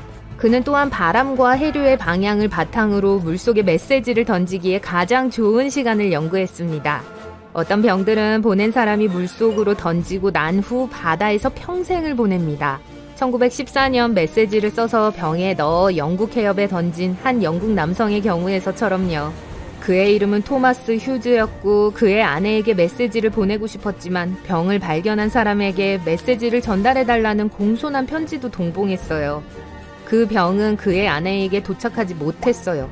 85년 후에 에식스 해안에서 발견됐거든요. 병을 우연히 발견한 남자는 친절하게도 가족에게 연락을 취했고 메시지를 토마스의 딸에게 전했습니다. 그리고 85년이라는 시간은 작은 병이 바다를 항해한 가장 긴 시간은 아니에요. 헌터 브라운이라는 과학자는 북해 해류를 연구하던 중에 이 아이디어가 떠올랐어요. 그는 거의 2,000개의 병에 같은 메시지를 담고 병을 발견한 사람에게 그 장소를 적어서 답장해 줄 것을 요청했습니다. 그는 이 방법이 북해의 해류 배치를 더 잘 이해하는 데 도움이 될 거라고 생각했어요. 병 하나가 97년 만에 원래 출발지로부터 약 17km 떨어진 곳에서 발견됐어요. 오늘날까지 헌터 브라운의 프로젝트와 관련된 300개 이상의 오리지널 병이 마침내 해안에 도착했습니다. 병에서 발견된 모든 메시지가 편지를 통해 답장을 받는 건 아니에요. 올리버 반데발레는 가족과 함께 휴가를 보내는 동안 영국 해안가에 편지가 든 병을 던졌어요. 당시 그는 14살이었어요. 33년 후 한 여성이 페이스북에서 그의 메시지를 발견했다고 주장하며 소셜미디어 프로필을 통해 그를 추적했습니다. 처음에 그는 편지를 병에 넣었던 것을 거의 기억하지 못했지만 결국 기억을 떠올렸어요. 심지어 물이 새지 않도록 병을 양초 왁스로 밀봉했다는 사실까지도요. 그리고 크리스티나 아길레라와 그녀의 병도 있어요. 잠깐만요. 그건 병 속의 진이었죠? 신경 쓰지 마세요.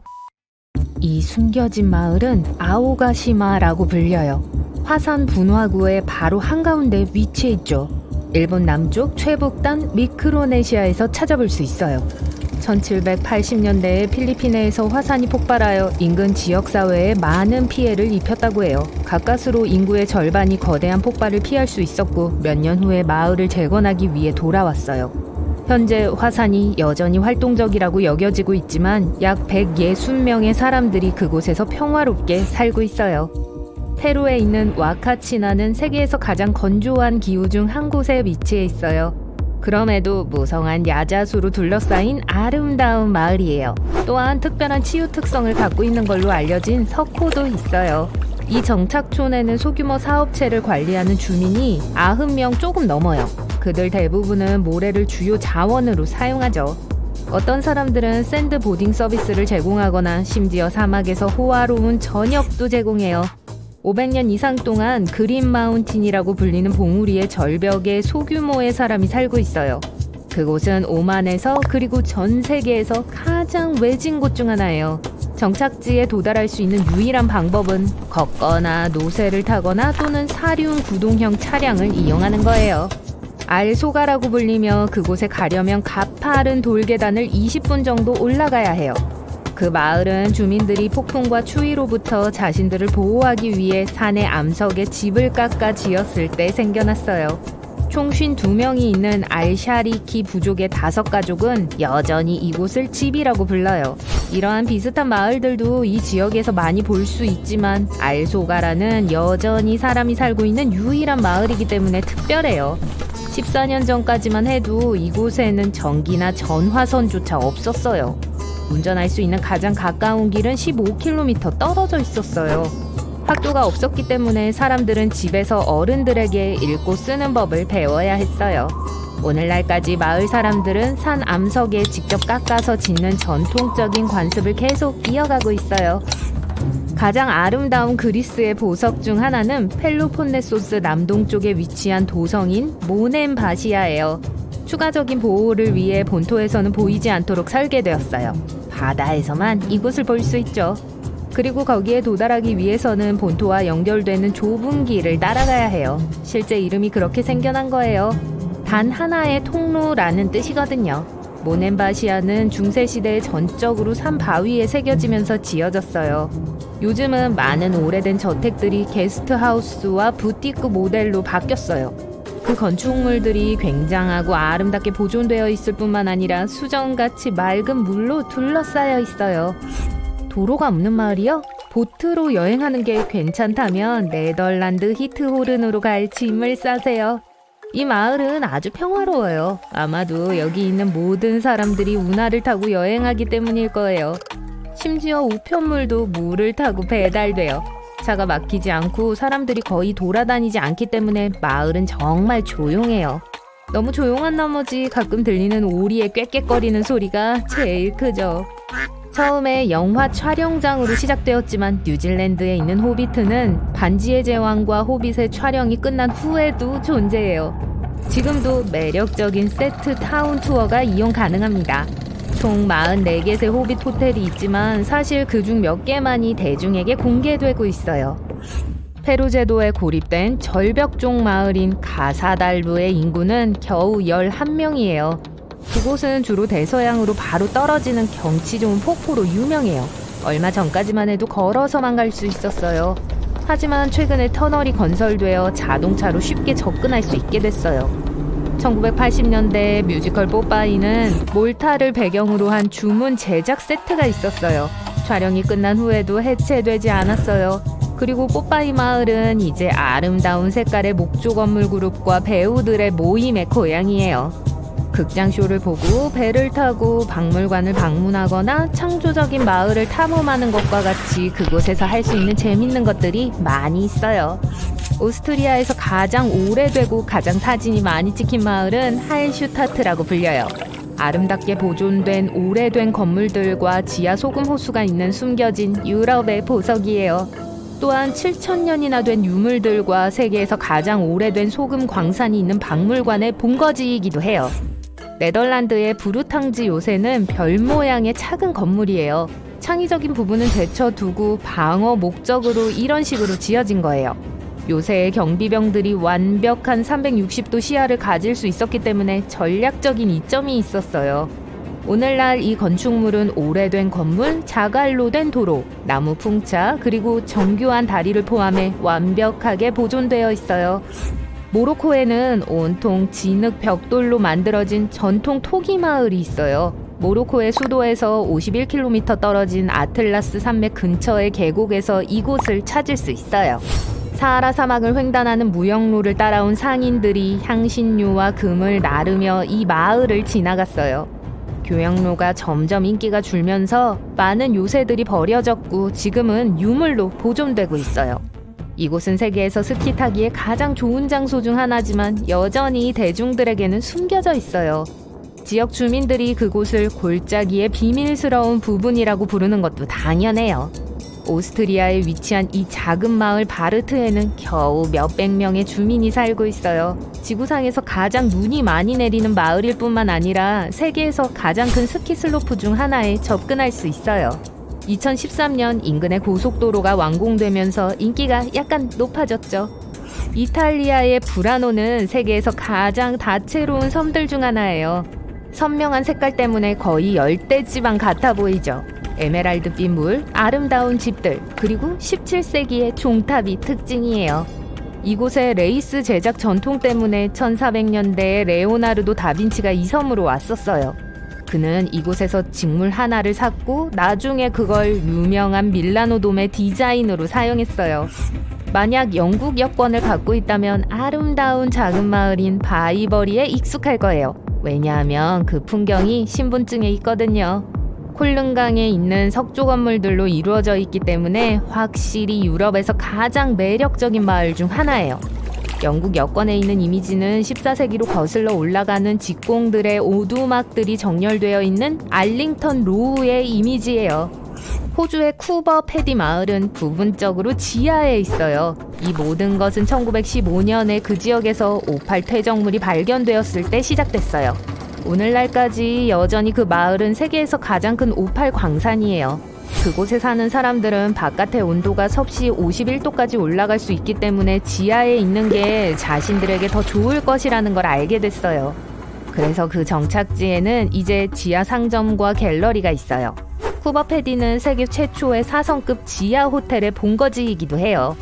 세계에서 가장 외진 곳을 방문하기 위해서는 상당한 여행을 준비해야 할 거예요. 예를 들어 미국에서 출발한다면 가장 쉬운 경로가 남아프리카 공화국의 케이프타운까지 15시간 동안 비행한 후 6일 동안 배를 타는 거예요. 그러고 나서야 트리스탄 다 쿠냐에 도착할 수 있어요. 아니면 남대서양을 가로질러 한 달 동안 유람선을 타고 갈 수도 있어요. 여러분에게 맞는 걸로 하세요. 그 섬으로 가는 배는 1년에 9번밖에 없기 때문에 미리 계획을 세우는 건 필수예요. 섬 자체는 길이가 11km밖에 되지 않아요. 남대서양의 바로 한가운데에 자리 잡고 있는 이곳은 단 97평방킬로미터에 불과해요. 300명의 주민들 모두가 농부들이에요. 인터넷도 있지만 엄청 느려요. 전화망이나 지역신문의 경우 둘 다 제공되지 않아요. 그 섬의 주민들은 세계에서 가장 적은 수의 사람들이 사용하는 영어 사투리를 써요. 여러분 이거 보세요. 작은 아파트에 살아도 괜찮다면 엄밀히 말해 에펠탑에서 살 수도 있어요. 구스타브 에펠은 건축물 맨 꼭대기에 자기만을 위한 개인 아파트가 있는 걸 특징으로 탑을 디자인했어요. 필요한 모든 가구들이 있는 채로 아주 깔끔하게 정리해서 남겨뒀죠.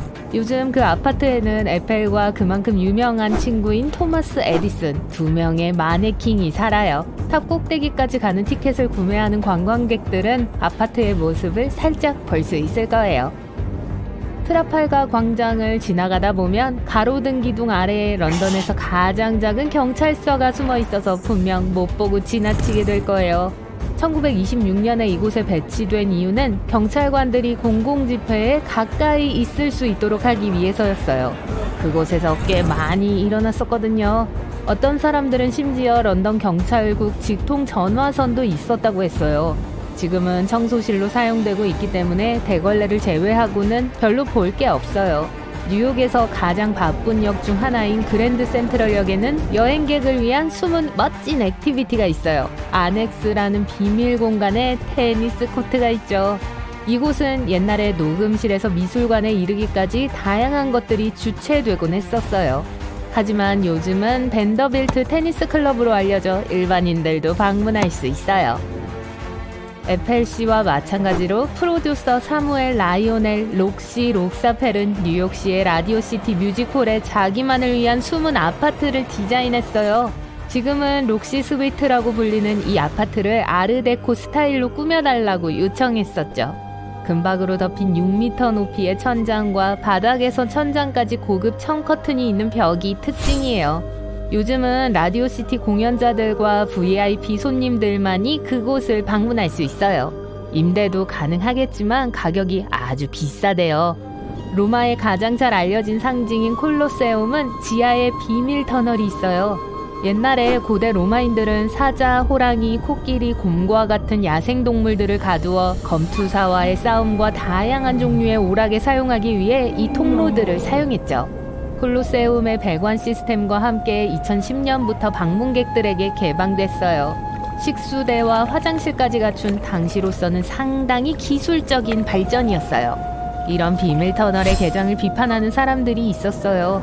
그들은 방문객들의 엄청난 통행량을 고려할 때 건물의 구조에 영향을 미칠 수도 있다고 믿었거든요. 엠파이어 스테이트 빌딩에는 102층이 있다고 하지만 그건 사실이 아니에요. 사실 비밀 103층이 있어요.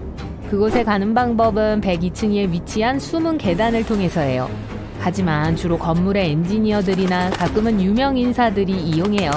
그게 다가 아니에요. 103층은 엠파이어 스테이트 빌딩의 캡슐로 이어져요. 이곳은 건물의 유명한 돔이에요. 가장 유명한 미국 랜드마크 중 한 곳에 미스테리한 비밀의 방이 있어요. 현재의 기록이 사실이라면 러시모어 산에 있는 에이브럼 링컨의 머리 뒤에 비밀의 방이 있어요. 독립선언서와 헌법과 같은 미국 역사와 관련된 유물과 문서를 보관하기 위한 거였어요. 이제 이 중요한 문서들이 다른 곳에 보관되어 있다는 건 모두가 아는 사실이고 러시모어 산에 있는 방은 오늘날까지도 대중들이 접근할 수 없어요. 공원 경비원들을 위한 비디오 게임방 같은 건지도 몰라요. 아님 말고요. 기원전 2550년에서 2490년 사이에 완성된 기자의 피라미드는 고대 세계 7대 불가사의 중 마지막 남은 유적이에요. 이집트 제4왕조 파라오 쿠푸를 위한 휴식처로 건설된 이것은 대화랑 왕의 방, 여왕의 방이 있는 걸로 알려져 있어요. 하지만 최근 여기서 비밀의 방이 발견된 만큼 그게 다가 아니었던 거죠. 제 머리처럼 빅보이드라고 불리는 이 거대한 공간은 거의 30m나 돼요. 공간의 주요 목적은 여전히 논란의 여지가 있지만 일부 고고학자들은 거대한 구조물을 짓기 위한 내부 경사로로 사용되었을 거라고 믿고 있어요. 신데렐라 성은 플로리다 올랜도에 있는 디즈니 월드의 주요 명소로 매직 킹덤이라는 구역에 있습니다. 신데렐라 스위트라고 불리는 숨은 방이 있어요. 이 스위트룸은 원래 월트 디즈니와 가족을 위한 거였어요. 그는 1966년에 세상을 떠났고 완성된 걸 보지 못했죠. 마침내 2006년에 완성되었고 그 이후로 디즈니가 초대한 방문객들에게만 제한된 횟수로 개방되었어요. 숨은 역이 그랜드 센트럴역에만 있는 게 아니에요. 이탈리아에는 이탈리아에서 두 번째로 큰 기차역인 밀라노 중앙역이 있어요. 32만 명 이상의 승객들이 매일 이 벽을 지나가지만 그중 대부분은 왕실 대기실로 설계된 세련된 공간인 왕실 별관으로 이어지는 역의 벽 옆에 닫혀있는 문을 눈치채지 못해요. 별관은 호화로운 가구, 대리석 스타일의 모든 게 왕실 조각으로 장식되어 있고 2개의 층으로 나누어진 2개의 큰 홀이 특징이에요. 심지어 자유의 여신상에도 숨은 방이 있어요. 어디 있는지 맞춰보세요. 동상의 횃불 속에 있어요. 안타깝게도 1916년에 완전히 폐쇄된 이후로 일반인들에겐 출입이 금지됐어요. 사람들이 파노라마 뷰의 라이브 스트리밍을 즐길 수 있게 2011년 이곳에 카메라가 설치됐습니다. 로마의 다빈치 공항에 위치한 레오나르도 다빈치의 동상은 1960년에 처음 공개됐어요. 이게 최근에 수리됐죠. 이 과정에서 작업자들 중 한 명이 불가사의한 걸 발견했어요. 조각상 중간 어딘가 약 9m 높이의 작은 구멍이 있었어요. 조심스럽게 열자 안에서 2개의 양피지가 발견되었어요. 고전 라틴어로 쓰여진 첫 번째 문서에는 현재 공항이 있는 지역의 역사가 적혀 있었어요. 다른 하나에는 동상의 개관식에 참석한 사람들의 명단이 있었죠. 워싱턴 DC에 있는 미국 대법원에는 사무원, 비번 경찰관, 그리고 다른 대법원 직원들이 농구를 할 수 있는 비밀 스포츠 시설이 있어요. 건물 꼭대기층에 위치한 코트는 이 땅에서 제일 높은 코트라고 불려요. 잠시 드리블 좀 할게요. 디즈니랜드의 클럽 33은 캘리포니아 애너하임에 있는 테마파크의 뉴 올리언스 스퀘어 구역에 있어요. 이 전용 클럽은 단 500명의 회원이 있으며 1967년에 개장되었어요. 유명 인사들, 정치인들, 후원자들을 접대할 목적이었죠. 장식들은 월트 디즈니와 그의 아내가 제공한 것들이에요. 이곳의 서비스는 비싸요.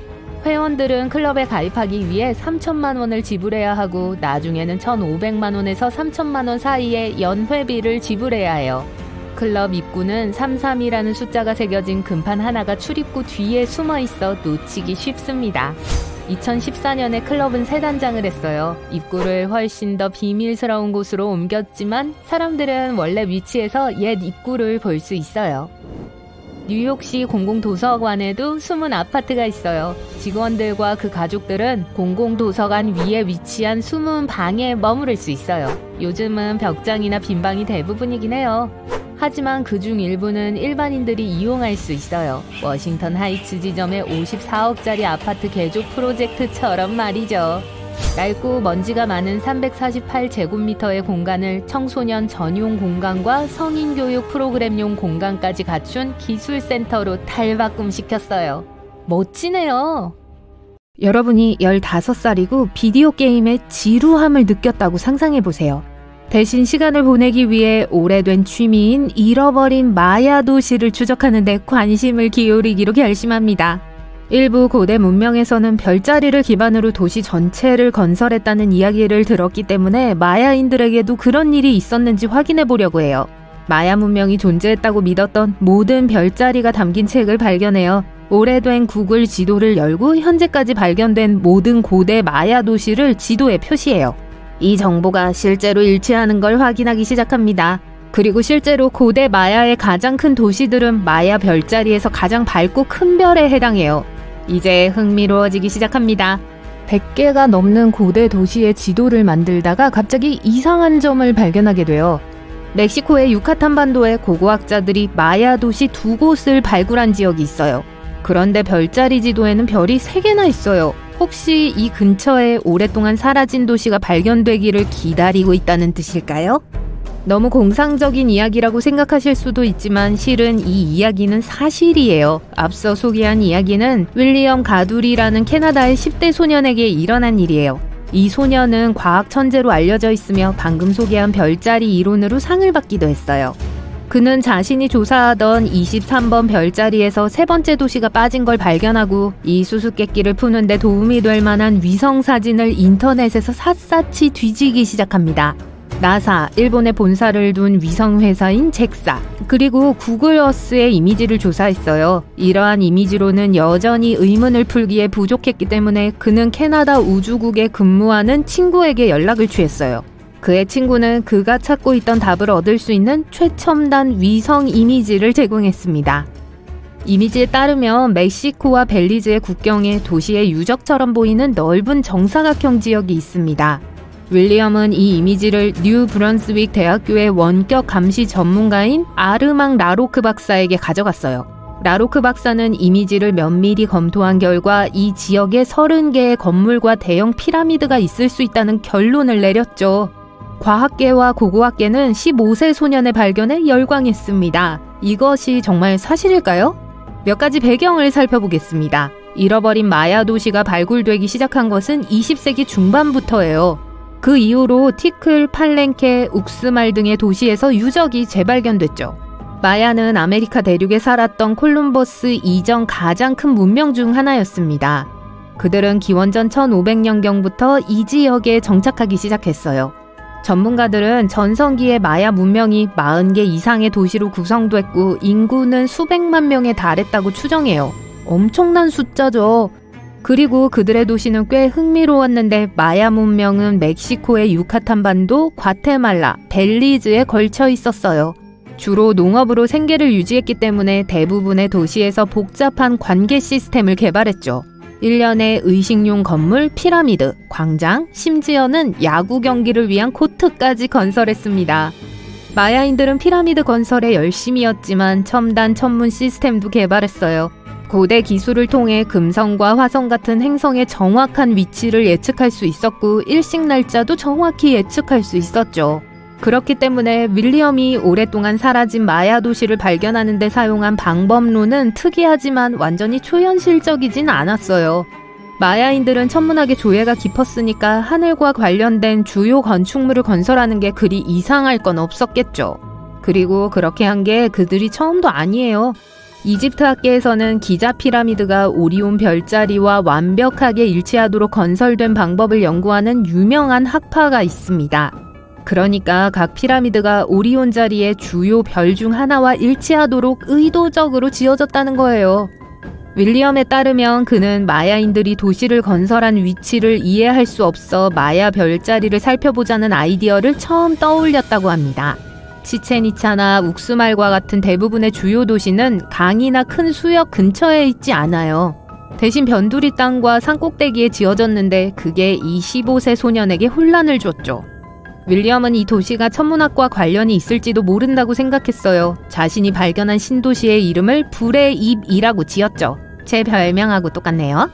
그 공로를 인정받아 공로상을 받기도 했어요. 하지만 그의 이론은 고고학계 내에서 많은 논쟁을 불러일으켰고 많은 마야 전문가들이 윌리엄의 발견을 반박하기 위해 노력했어요. 일부 고고학자들은 별자리 이론이 너무 비과학적이라고 말합니다. 저명한 인류학자이자 천문학자인 앤서니 아베니는 윌리엄의 방법론을 창조적 상상력의 행위라고 언급했어요. 그는 마야 별자리가 실제로 뭐였는지 확신할 수 있는 방법은 없고 모두 가설일 뿐이라고 설명했습니다. 윌리엄의 발견에 대한 또 다른 반박은 마야 학자 데이비드 스튜어트가 위성사진에서 확인한 물체가 오래된 옥수수밭일 뿐이라고 주장한 거예요. 그의 주장은 2021년 이 지역 근처에서 진행된 탐험에서 고고학자들이 이 지역에는 아무것도 없다고 보고한 것에 의해 뒷받침됐어요. 그래도 15세 소년이 오랫동안 사라진 마야 도시를 거의 찾아낸 것은 꽤 흥미로운 일이죠. 윌리엄이 사용한 것과 유사한 기술이 실제로 전 세계에서 잃어버린 문명을 발굴하는 데 사용되고 있습니다.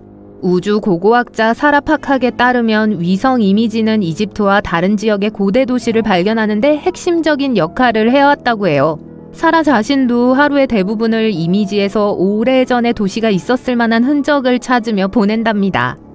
어떤 물건이 묻혀 있으면 그 위에 초목, 흙, 모래 또는 다른 현대식 건축물로 덮여 있을 겁니다. 라고 그녀는 말해요. 예를 들어 그녀는 거대한 초목 아래에 무언가가 숨어 있는지를 평가하기 위해 적외선 기술을 사용해요. 최근 브라질에서의 주요 발견도 비슷한 방식으로 이루어졌어요. 위성 이미지에서 기원전 200에서 1200년으로 거슬러 올라가는 참호 네트워크가 발견됐어요.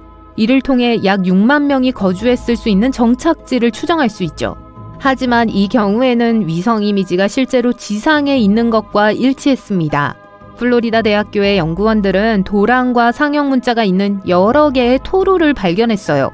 고고학자들은 또한 고대 마야인들의 건축 유형과 매우 흡사하게 광장을 중심으로 세심하게 설계된 성벽의 잔재도 발견했습니다. 위성기술의 발전으로 티클과 같이 오랫동안 알려지지 않았던 고대 마야 도시도 새롭게 조명되고 있어요. 과테말라 정글 한가운데에 위치한 티클은 고대 마야 제국의 수도였던 것으로 추정됩니다. 전성기에는 오늘날의 런던이나 뉴욕과 같은 도시에 버금가는 중요성을 지녔어요. 티클은 일련의 복잡한 기념물로 구성되어 있으며 그중 상당수는 왕과 추장의 휴식처로 추정돼요. 이미 큰 규모로 알려져 있지만 최근의 발견에 따르면 과학자들이 원래 믿었던 것보다 3배나 더 컸을 수도 있다는 사실이 밝혀졌습니다. 주요 발견은 도시 외곽의 요새를 중심으로 이루어졌는데 이는 원래 도시가 얼마나 멀리 뻗어 있었는지를 나타내죠. 그리고 새로운 발견은 계속되고 있습니다. 2017년 연구원들은 마야 문명 쇠퇴의 잠재적 원인에 관한 새로운 단서를 발굴하기도 했어요. 과학자들은 티클에서 남서쪽으로 약 100km 떨어진 세이발 유적지의 데이터를 사용해서 도자기와 고고학 발굴에서 나온 방사성 탄소 데이터를 분석해서 이 위대한 문명의 갑작스러운 멸망에 대한 새로운 정보를 추출했습니다. 이 정보에 따르면 마야 문명은 갑작스러운 붕괴가 아니라 사회적 불안정과 정치적 위기의 파도 속에서 무너졌을 가능성이 높아요. 이러한 사건으로 인해 마야 도심이 악화되고 마야 인구가 분산되기 시작한 것으로 추정됩니다. 고대 유적을 발굴하기에 가장 좋은 시기인 것 같네요. 여러분도 한번 도전해 보시겠어요? 어바니아, 동화에서나 나올 법한 도시 같죠? 하지만 그렇지 않아요. 이탈리아 중부에 위치한 실제 도시입니다. 도시 이름만 이상한 게 아니에요. 매년 지역신문과 텔레비전은 이상한 일기예보를 발표해요. 양파 조각을 기반으로요. 네, 제대로 들으셨어요. 이 지역의 이탈리아 사람들은 채소를 기반으로 한 일기예보를 간절히 기대합니다. 이 전통은 중세시대로 거슬러 올라가요. 한 지역 학교 교사에 의해 유지되고 있는데요. 매년 1월 24일 그녀는 노란 양파를 4등분합니다. 그런 다음 그것들을 여러 토막으로 나눠요. 한 해에 달마다 12개씩이요. 양파는 동쪽을 향하도록 부엌 도마 위에 가지런히 놓아두어요. 다음날 아침 이제 양파를 해석하면 돼요. 소금을 뿌려뒀기 때문에 양파 덩어리들의 질감이 달라졌어요. 이러한 단서를 이용해 그 해의 날씨를 예측하죠. 그녀는 30년 동안 이 일을 해왔어요. 그녀 이전에는 그녀의 아버지가 이렇게 하셨고요. 그전에는 할아버지가 하셨죠. 요점을 아셨을 거예요. 양파 읽기는 가족 전통이 됐어요. 역사적 기록에 따르면 이 관행은 수세기 동안 얼바니아에서 계속되어 왔음을 알 수 있어요. 과거의 농부들은 날씨를 예측하는 이 방법을 사용해서 농업에 도움을 얻었어요. 씨앗을 심을 때와 작물을 수확할 때를 정확히 아는 것이 중요했었죠. 이 방법은 정확했을 거예요. 20세기 초까지만 해도 지역 주민들은 공식 일기예보보다 양파를 더 신뢰했을 테니까요. 놀랄 것도 아닌 게 과학적 데이터를 기반으로 한 최초의 일기예보가 영국 신문에 발표된 건 1861년이었어요. 그 이전에도 사람들은 날씨를 예측하기 위해 온갖 방법을 동원했죠. 그들이 사용한 방법은 오늘날 우리에게는 우스꽝스러워 보일 수 있어요. 털곰 애벌레를 예로 들어볼게요. 이 종은 미국과 캐나다 남부에 서식해요. 동물의 색 패턴을 보면 다음 겨울이 얼마나 혹독할지 알 수 있다는 전설이 있어요. 갈색이 지배적이라면 겨울은 온화할 거예요. 날씨를 예측하는 이상한 방법이죠. 하지만 믿거나 말거나 과학적 근거가 있어요. 곤충학자가 누군지 아시나요? 네, 벌레를 연구하는 과학자들이죠. 그들의 연구에 따르면 애벌레의 색깔은 얼마나 많은 먹이를 먹었는지와 관련이 있다고 해요. 하지만 반전이 있어요. 색깔이 전년도 겨울의 혹독함을 드러내요. 미래를 예측하는 건 털곰애벌레의 특기가 아니에요. 사람들은 무당벌레가 행운을 가져다 준다고 생각하지만 사실 행운의 부적 그 이상이에요. 이런 속담을 들어보신 적 있으신가요? 무당벌레가 떼를 지어다니면 따뜻한 날을 기대한다는 말이요. 사실입니다. 날씨가 따뜻하면 이 사랑스러운 곤충들은 숨어있다가 밖으로 나와요. 하지만 소나기가 내리기 전에 기온이 떨어지면 은신처를 찾아 날아가요. 개구리도 비를 예측할 수 있어요. 첫 빗방울이 떨어지기 직전에 이 양서류는 더 크게 울어댑니다. 실제로 개구리는 짝짓기를 앞두고 있기 때문에 이렇게 우는 거예요. 개구리는 민물 속에 알을 낳는데요. 비가 오면 연못의 수위가 높아지잖아요. 그러면 올챙이를 낳을 짝을 찾을 확률이 높아지죠. 부모님께서 말벌집에서 멀리 떨어져 있으라고 하셨죠? 그 말씀이 맞아요. 하지만 벌, 말벌의 둥지는 훌륭한 기상 관측소가 됩니다. 벌과 말벌이 평소보다 더 높은 곳에 둥지를 짓기 시작하면 더 추운 겨울을 예상할 수 있어요. 말벌은 섭씨 10도보다 낮은 온도에서는 생존할 수 없어요. 그렇기 때문에 가능한 한 추위를 피하고 싶어 하죠. 겨울을 대비해 몸집을 불리는 또 다른 동물은 다람쥐입니다. 늦가을에 하이킹을 갈 때 이 귀여운 설치류를 주목하세요. 다람쥐가 평소보다 통통해 보인다면 겨울이 추울 거라는 뜻이에요. 영화 아이스 에이지의 스크렛을 기억하시나요? 도토리를 끊임없이 쫓아다니던 과잉 활동적인 다람쥐 말이에요. 다람쥐가 스크래처처럼 행동하는 것을 본다면 긴 겨울이 다가오고 있다는 확실한 신호예요. 설치류는 대자연이 문을 닫기 전에 식량을 비축하고 싶어 한답니다. 최근 집에 거미줄이 늘어난 걸 발견하셨나요? 거미가 악천후가 다가오는 걸 감지한 거예요. 또한 거미줄이 평소보다 크다면 더 많은 먹이를 잡으려는 건데 이게 거미가 긴 겨울을 준비하는 방법이에요. 가축은 털을 두껍게 길러서 이 시기를 대비하죠. 시골에 살고 있고 양에게 평소보다 양털이 더 많은 것을 발견했다면 따뜻한 겨울 자켓에 투자할 때입니다. 뒷마당에 두더지 언덕이 있나요? 두더지 언덕에 걸려 넘어지는 건 그렇다 치고 작은 기상 관측소로 사용할 수 있어요. 두더지가 깊게 있을수록 겨울이 더 혹독하다는 뜻이에요. 이제 동물들 이야기는 그만하고요. 날씨는 하늘을 봐도 알 수 있어요. 8월에 안개가 낀 날은 겨울에 눈이 내리는 날과 같다는 속설이 있어요. 그냥 믿음에 불과한 것 치고는 꽤 정확한 수학이죠. 그리고 달 이야기도 있어요. 과학은 이미 달이 바다의 조수에 영향을 미친다는 사실을 알고 있어요. 달이 맑으면 서리도 금방이다 하는 속담도 오래전부터 존재해왔죠. 구름 한 점 없는 하늘에 달이 밝게 빛나고 있으면 다음날 아침은 쌀쌀할 거예요. 구름을 보면 날씨에 대한 힌트도 얻을 수 있어요. 하늘 높이 떠있는 흰 구름은 맑고 화창한 날을 나타내요. 구름의 색이 검게 바뀌고 하늘에서 더 낮게 자리 잡으면 비가 올 것으로 예상할 수 있어요. 구름의 모양도 중요해요. 아래에서 봤을 때 구름이 울퉁불퉁하면 우산을 펴세요. 곧 비가 올 거예요. 맨 앞에 말씀드린 양파 기억나세요? 날씨를 예측할 수 있는 식물은 양파만이 아니에요. 미국 오자크 산맥에는 감과 관련된 민속신앙이 있어요. 이 달콤한 과일의 씨앗을 반으로 자를 때 안쪽의 모양을 찾아보는 거예요. 숟가락 모양을 닮았다면 그해 겨울에 눈이 내릴 거라고 예상해요. 반면 포크가 보이면 온화한 겨울이 되고요. 칼 모양이면 바람이 불고 날씨가 추울 거예요. 수저를 기반으로 한 이 이상한 예측에는 몇 가지 논리가 있습니다. 미국 감은 9월과 10월에 익어요. 사람들이 이 과일로 다가올 겨울에 대해 논하는 건 놀라울 게 없죠. 미국은 세계에서 2번째로 큰 사과 생산국입니다. 따라서 다른 이론을 쉽게 테스트할 수 있어요. 사과나무가 평소보다 더 많은 열매를 생산한다면 다가오는 겨울은 혹독할 거예요. 이게 사실일 수 있는 이유에는 2가지 설명이 있는데요. 첫 번째는 사과나무가 동물들을 위해 더 많은 먹이를 생산한다는 거예요. 두 번째는 씨앗의 수를 최대화하려는 거고요.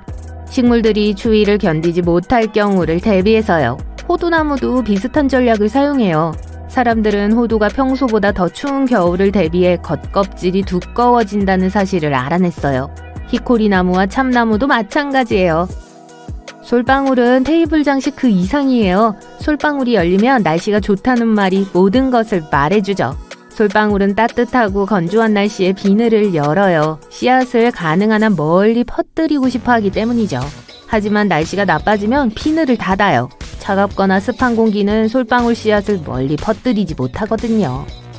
오늘날 다람쥐가 얼마나 통통한지 보려고 숲에 들어가는 사람은 아무도 없어요. 솔방울을 재기 위해 자를 꺼내지도 않고요. 우리에게 필요한 모든 날씨 정보는 스마트폰과 인터넷에 있어요. 1950년대에 컴퓨터가 일기예보를 대신하기 시작했고 그 이후로 계속해오고 있습니다. 하지만 부정확한 일기예보는 여전히 발생하고 있어요. 장기예보가 특히 어렵죠. 너무 많은 요소가 작용하기 때문이에요.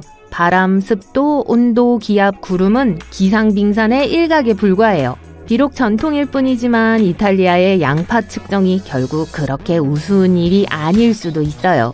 적어도 그 친절한 여자분은 모든 것이 끝나고 나면 양파로 수프를 만들거든요.